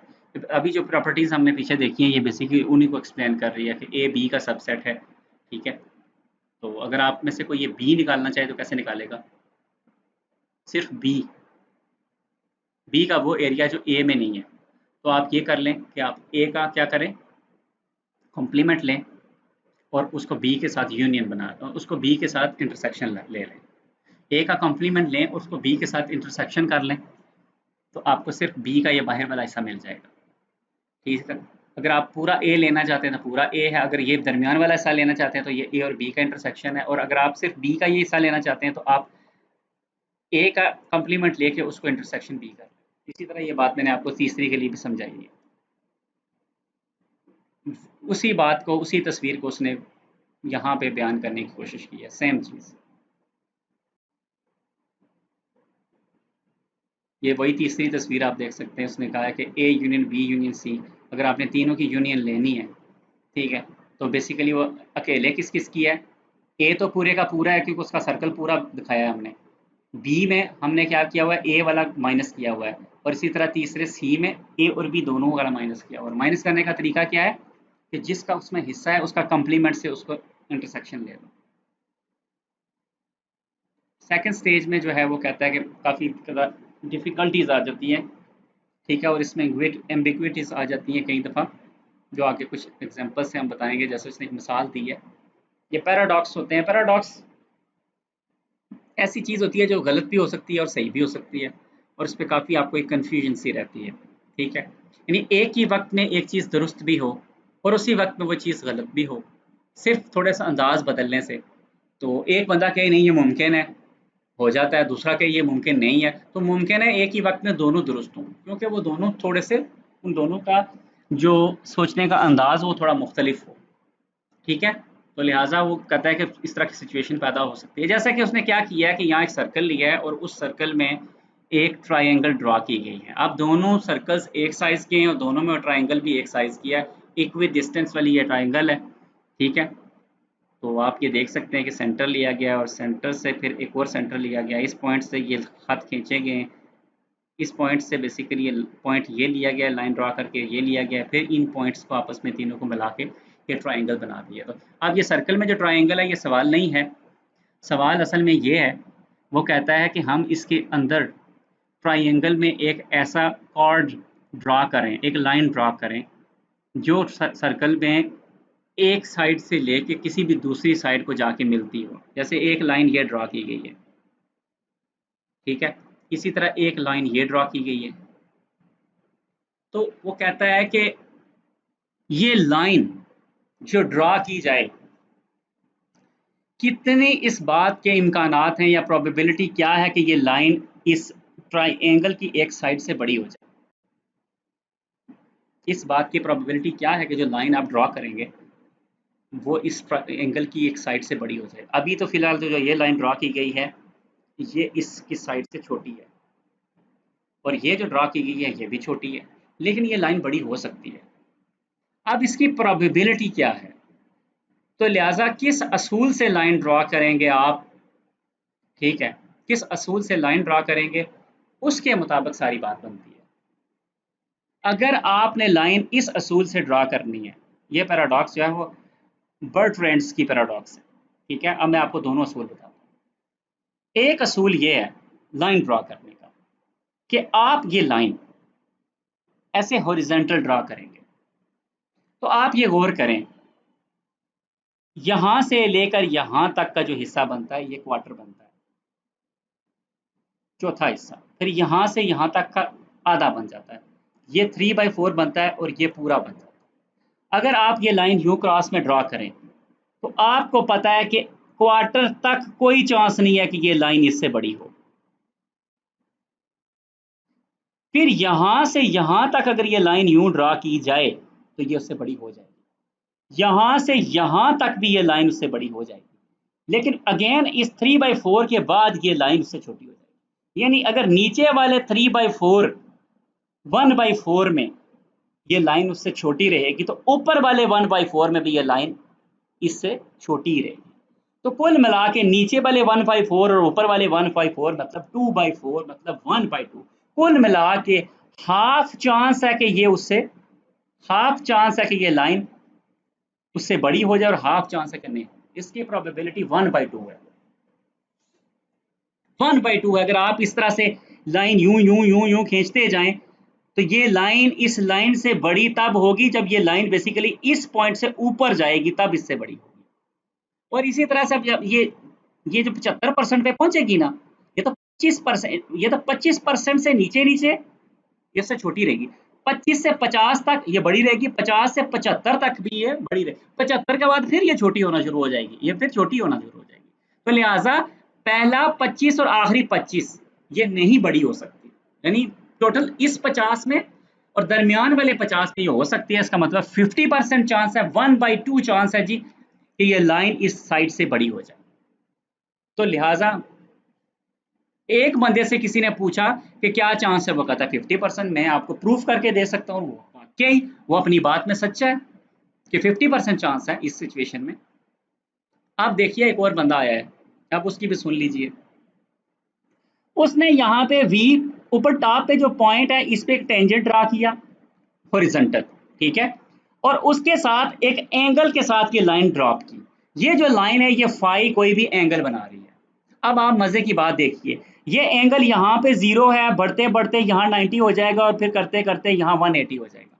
टोटल एंगल्स कितने आ सकते हैं इस फाई के अंदर, टोटल इस फाई के अंदर 180 डिग्री आ सकती है, ठीक है, यानी पूरा एक पाई आ सकता है। अब आप मुझे ये बताएं कि ये एंगल बढ़ते बढ़ते बढ़ते यहाँ पे जब पहुंचता है ये 60 डिग्री का बन जाता है, 60 डिग्री से लेकर 120 डिग्री तक अगर ये लाइन डिग्री 60 से लेकर 120, 60 से ज्यादा और 120 से कम, इसके दरमियान में जितने एंगल में ये लाइन है, ये लाइन इस साइड से बड़ी हो जाएगी। ये लाइन अगर यहाँ पहुंचते पहुंचते जब यहाँ पहुंचेगी तो इससे बड़ी हो जाएगी। तो इसका मतलब है कि 60 से 120 तक में ये उससे बड़ी होगी, तो पहले 60 में भी बड़ी नहीं होगी और आखिरी 120 से 180 वाले 60 में भी बड़ी नहीं होगी। तो इसका मतलब है कि इस हिस्से को ये कुल मिला के पहले 60 में नहीं है, दूसरे 60 में है, और तीसरे में फिर नहीं है। इसका मतलब है 1/3 हिस्सा इसका चांस है। तो यहाँ पे प्रोबेबिलिटी इसकी 1/3 है, यहाँ पे इसकी प्रोबेबिलिटी 1/2 है। सवाल सेम है, सिचुएशन सेम है, सेम सर्कल है, सेम ट्राइंगल है, कार्ड ड्रॉ करनी है। एक कार्ड आप ऐसे हॉरिजॉन्टली ड्रॉ कर रहे हैं, या इवन अगर वर्टिकली भी करेंगे तो ये सेम बात है, और दूसरी तरफ आप एंगल के साथ कर रहे हैं तो उसका जवाब कुछ और बन रहा है। इसका जवाब 1/2 है, इसका जवाब 1/3 है। एक बंदा 1/3 को सपोर्ट कर रहा है, एक बंदा, ये इसको कहते हैं पैराडॉक्स। ये पैराडॉक्स है, पहली वो टाइप है जिसमें इस तरह का पैराडॉक्स नहीं बनता, वहां कोई पैराडॉक्स नहीं बन रहा था। जैसे रोमियो जूलियट की एग्जांपल थी, वो जो जवाब था वो वही जवाब था, उसी को ना आए ना आए, आ जाए, जवाब उसका वही है, 7/16 था उसका जवाब 7/16 ही है। लेकिन यहाँ सिचुएशन ये है कि यहाँ 2 जवाब हैं और आप दोनों में से किसी एक को ये नहीं कह सकते कि ये गलत है। तो ये बर्ट्रैंड का ने ये पेश किया था और ये एक पैराडॉक्स है, और ये जो दूसरी सिचुएशन है ये बड़ी मुश्किल है, कई दफ़ा बड़ी मुश्किल डाल देती है। किसी ने एक सोचा हो और जवाब वो दूसरे वाला ले आए, वो कहे कि मेरी नज़र में तो फ़ॉल्स है, लेकिन वो अपनी जगह पे वो भी ठीक है। तो यही बात यहाँ तफ़सील से बयान की गई है। और आप देखें कि जो पहला है उसकी प्रोबेबिलिटी 1/2 है और दूसरे की 1/3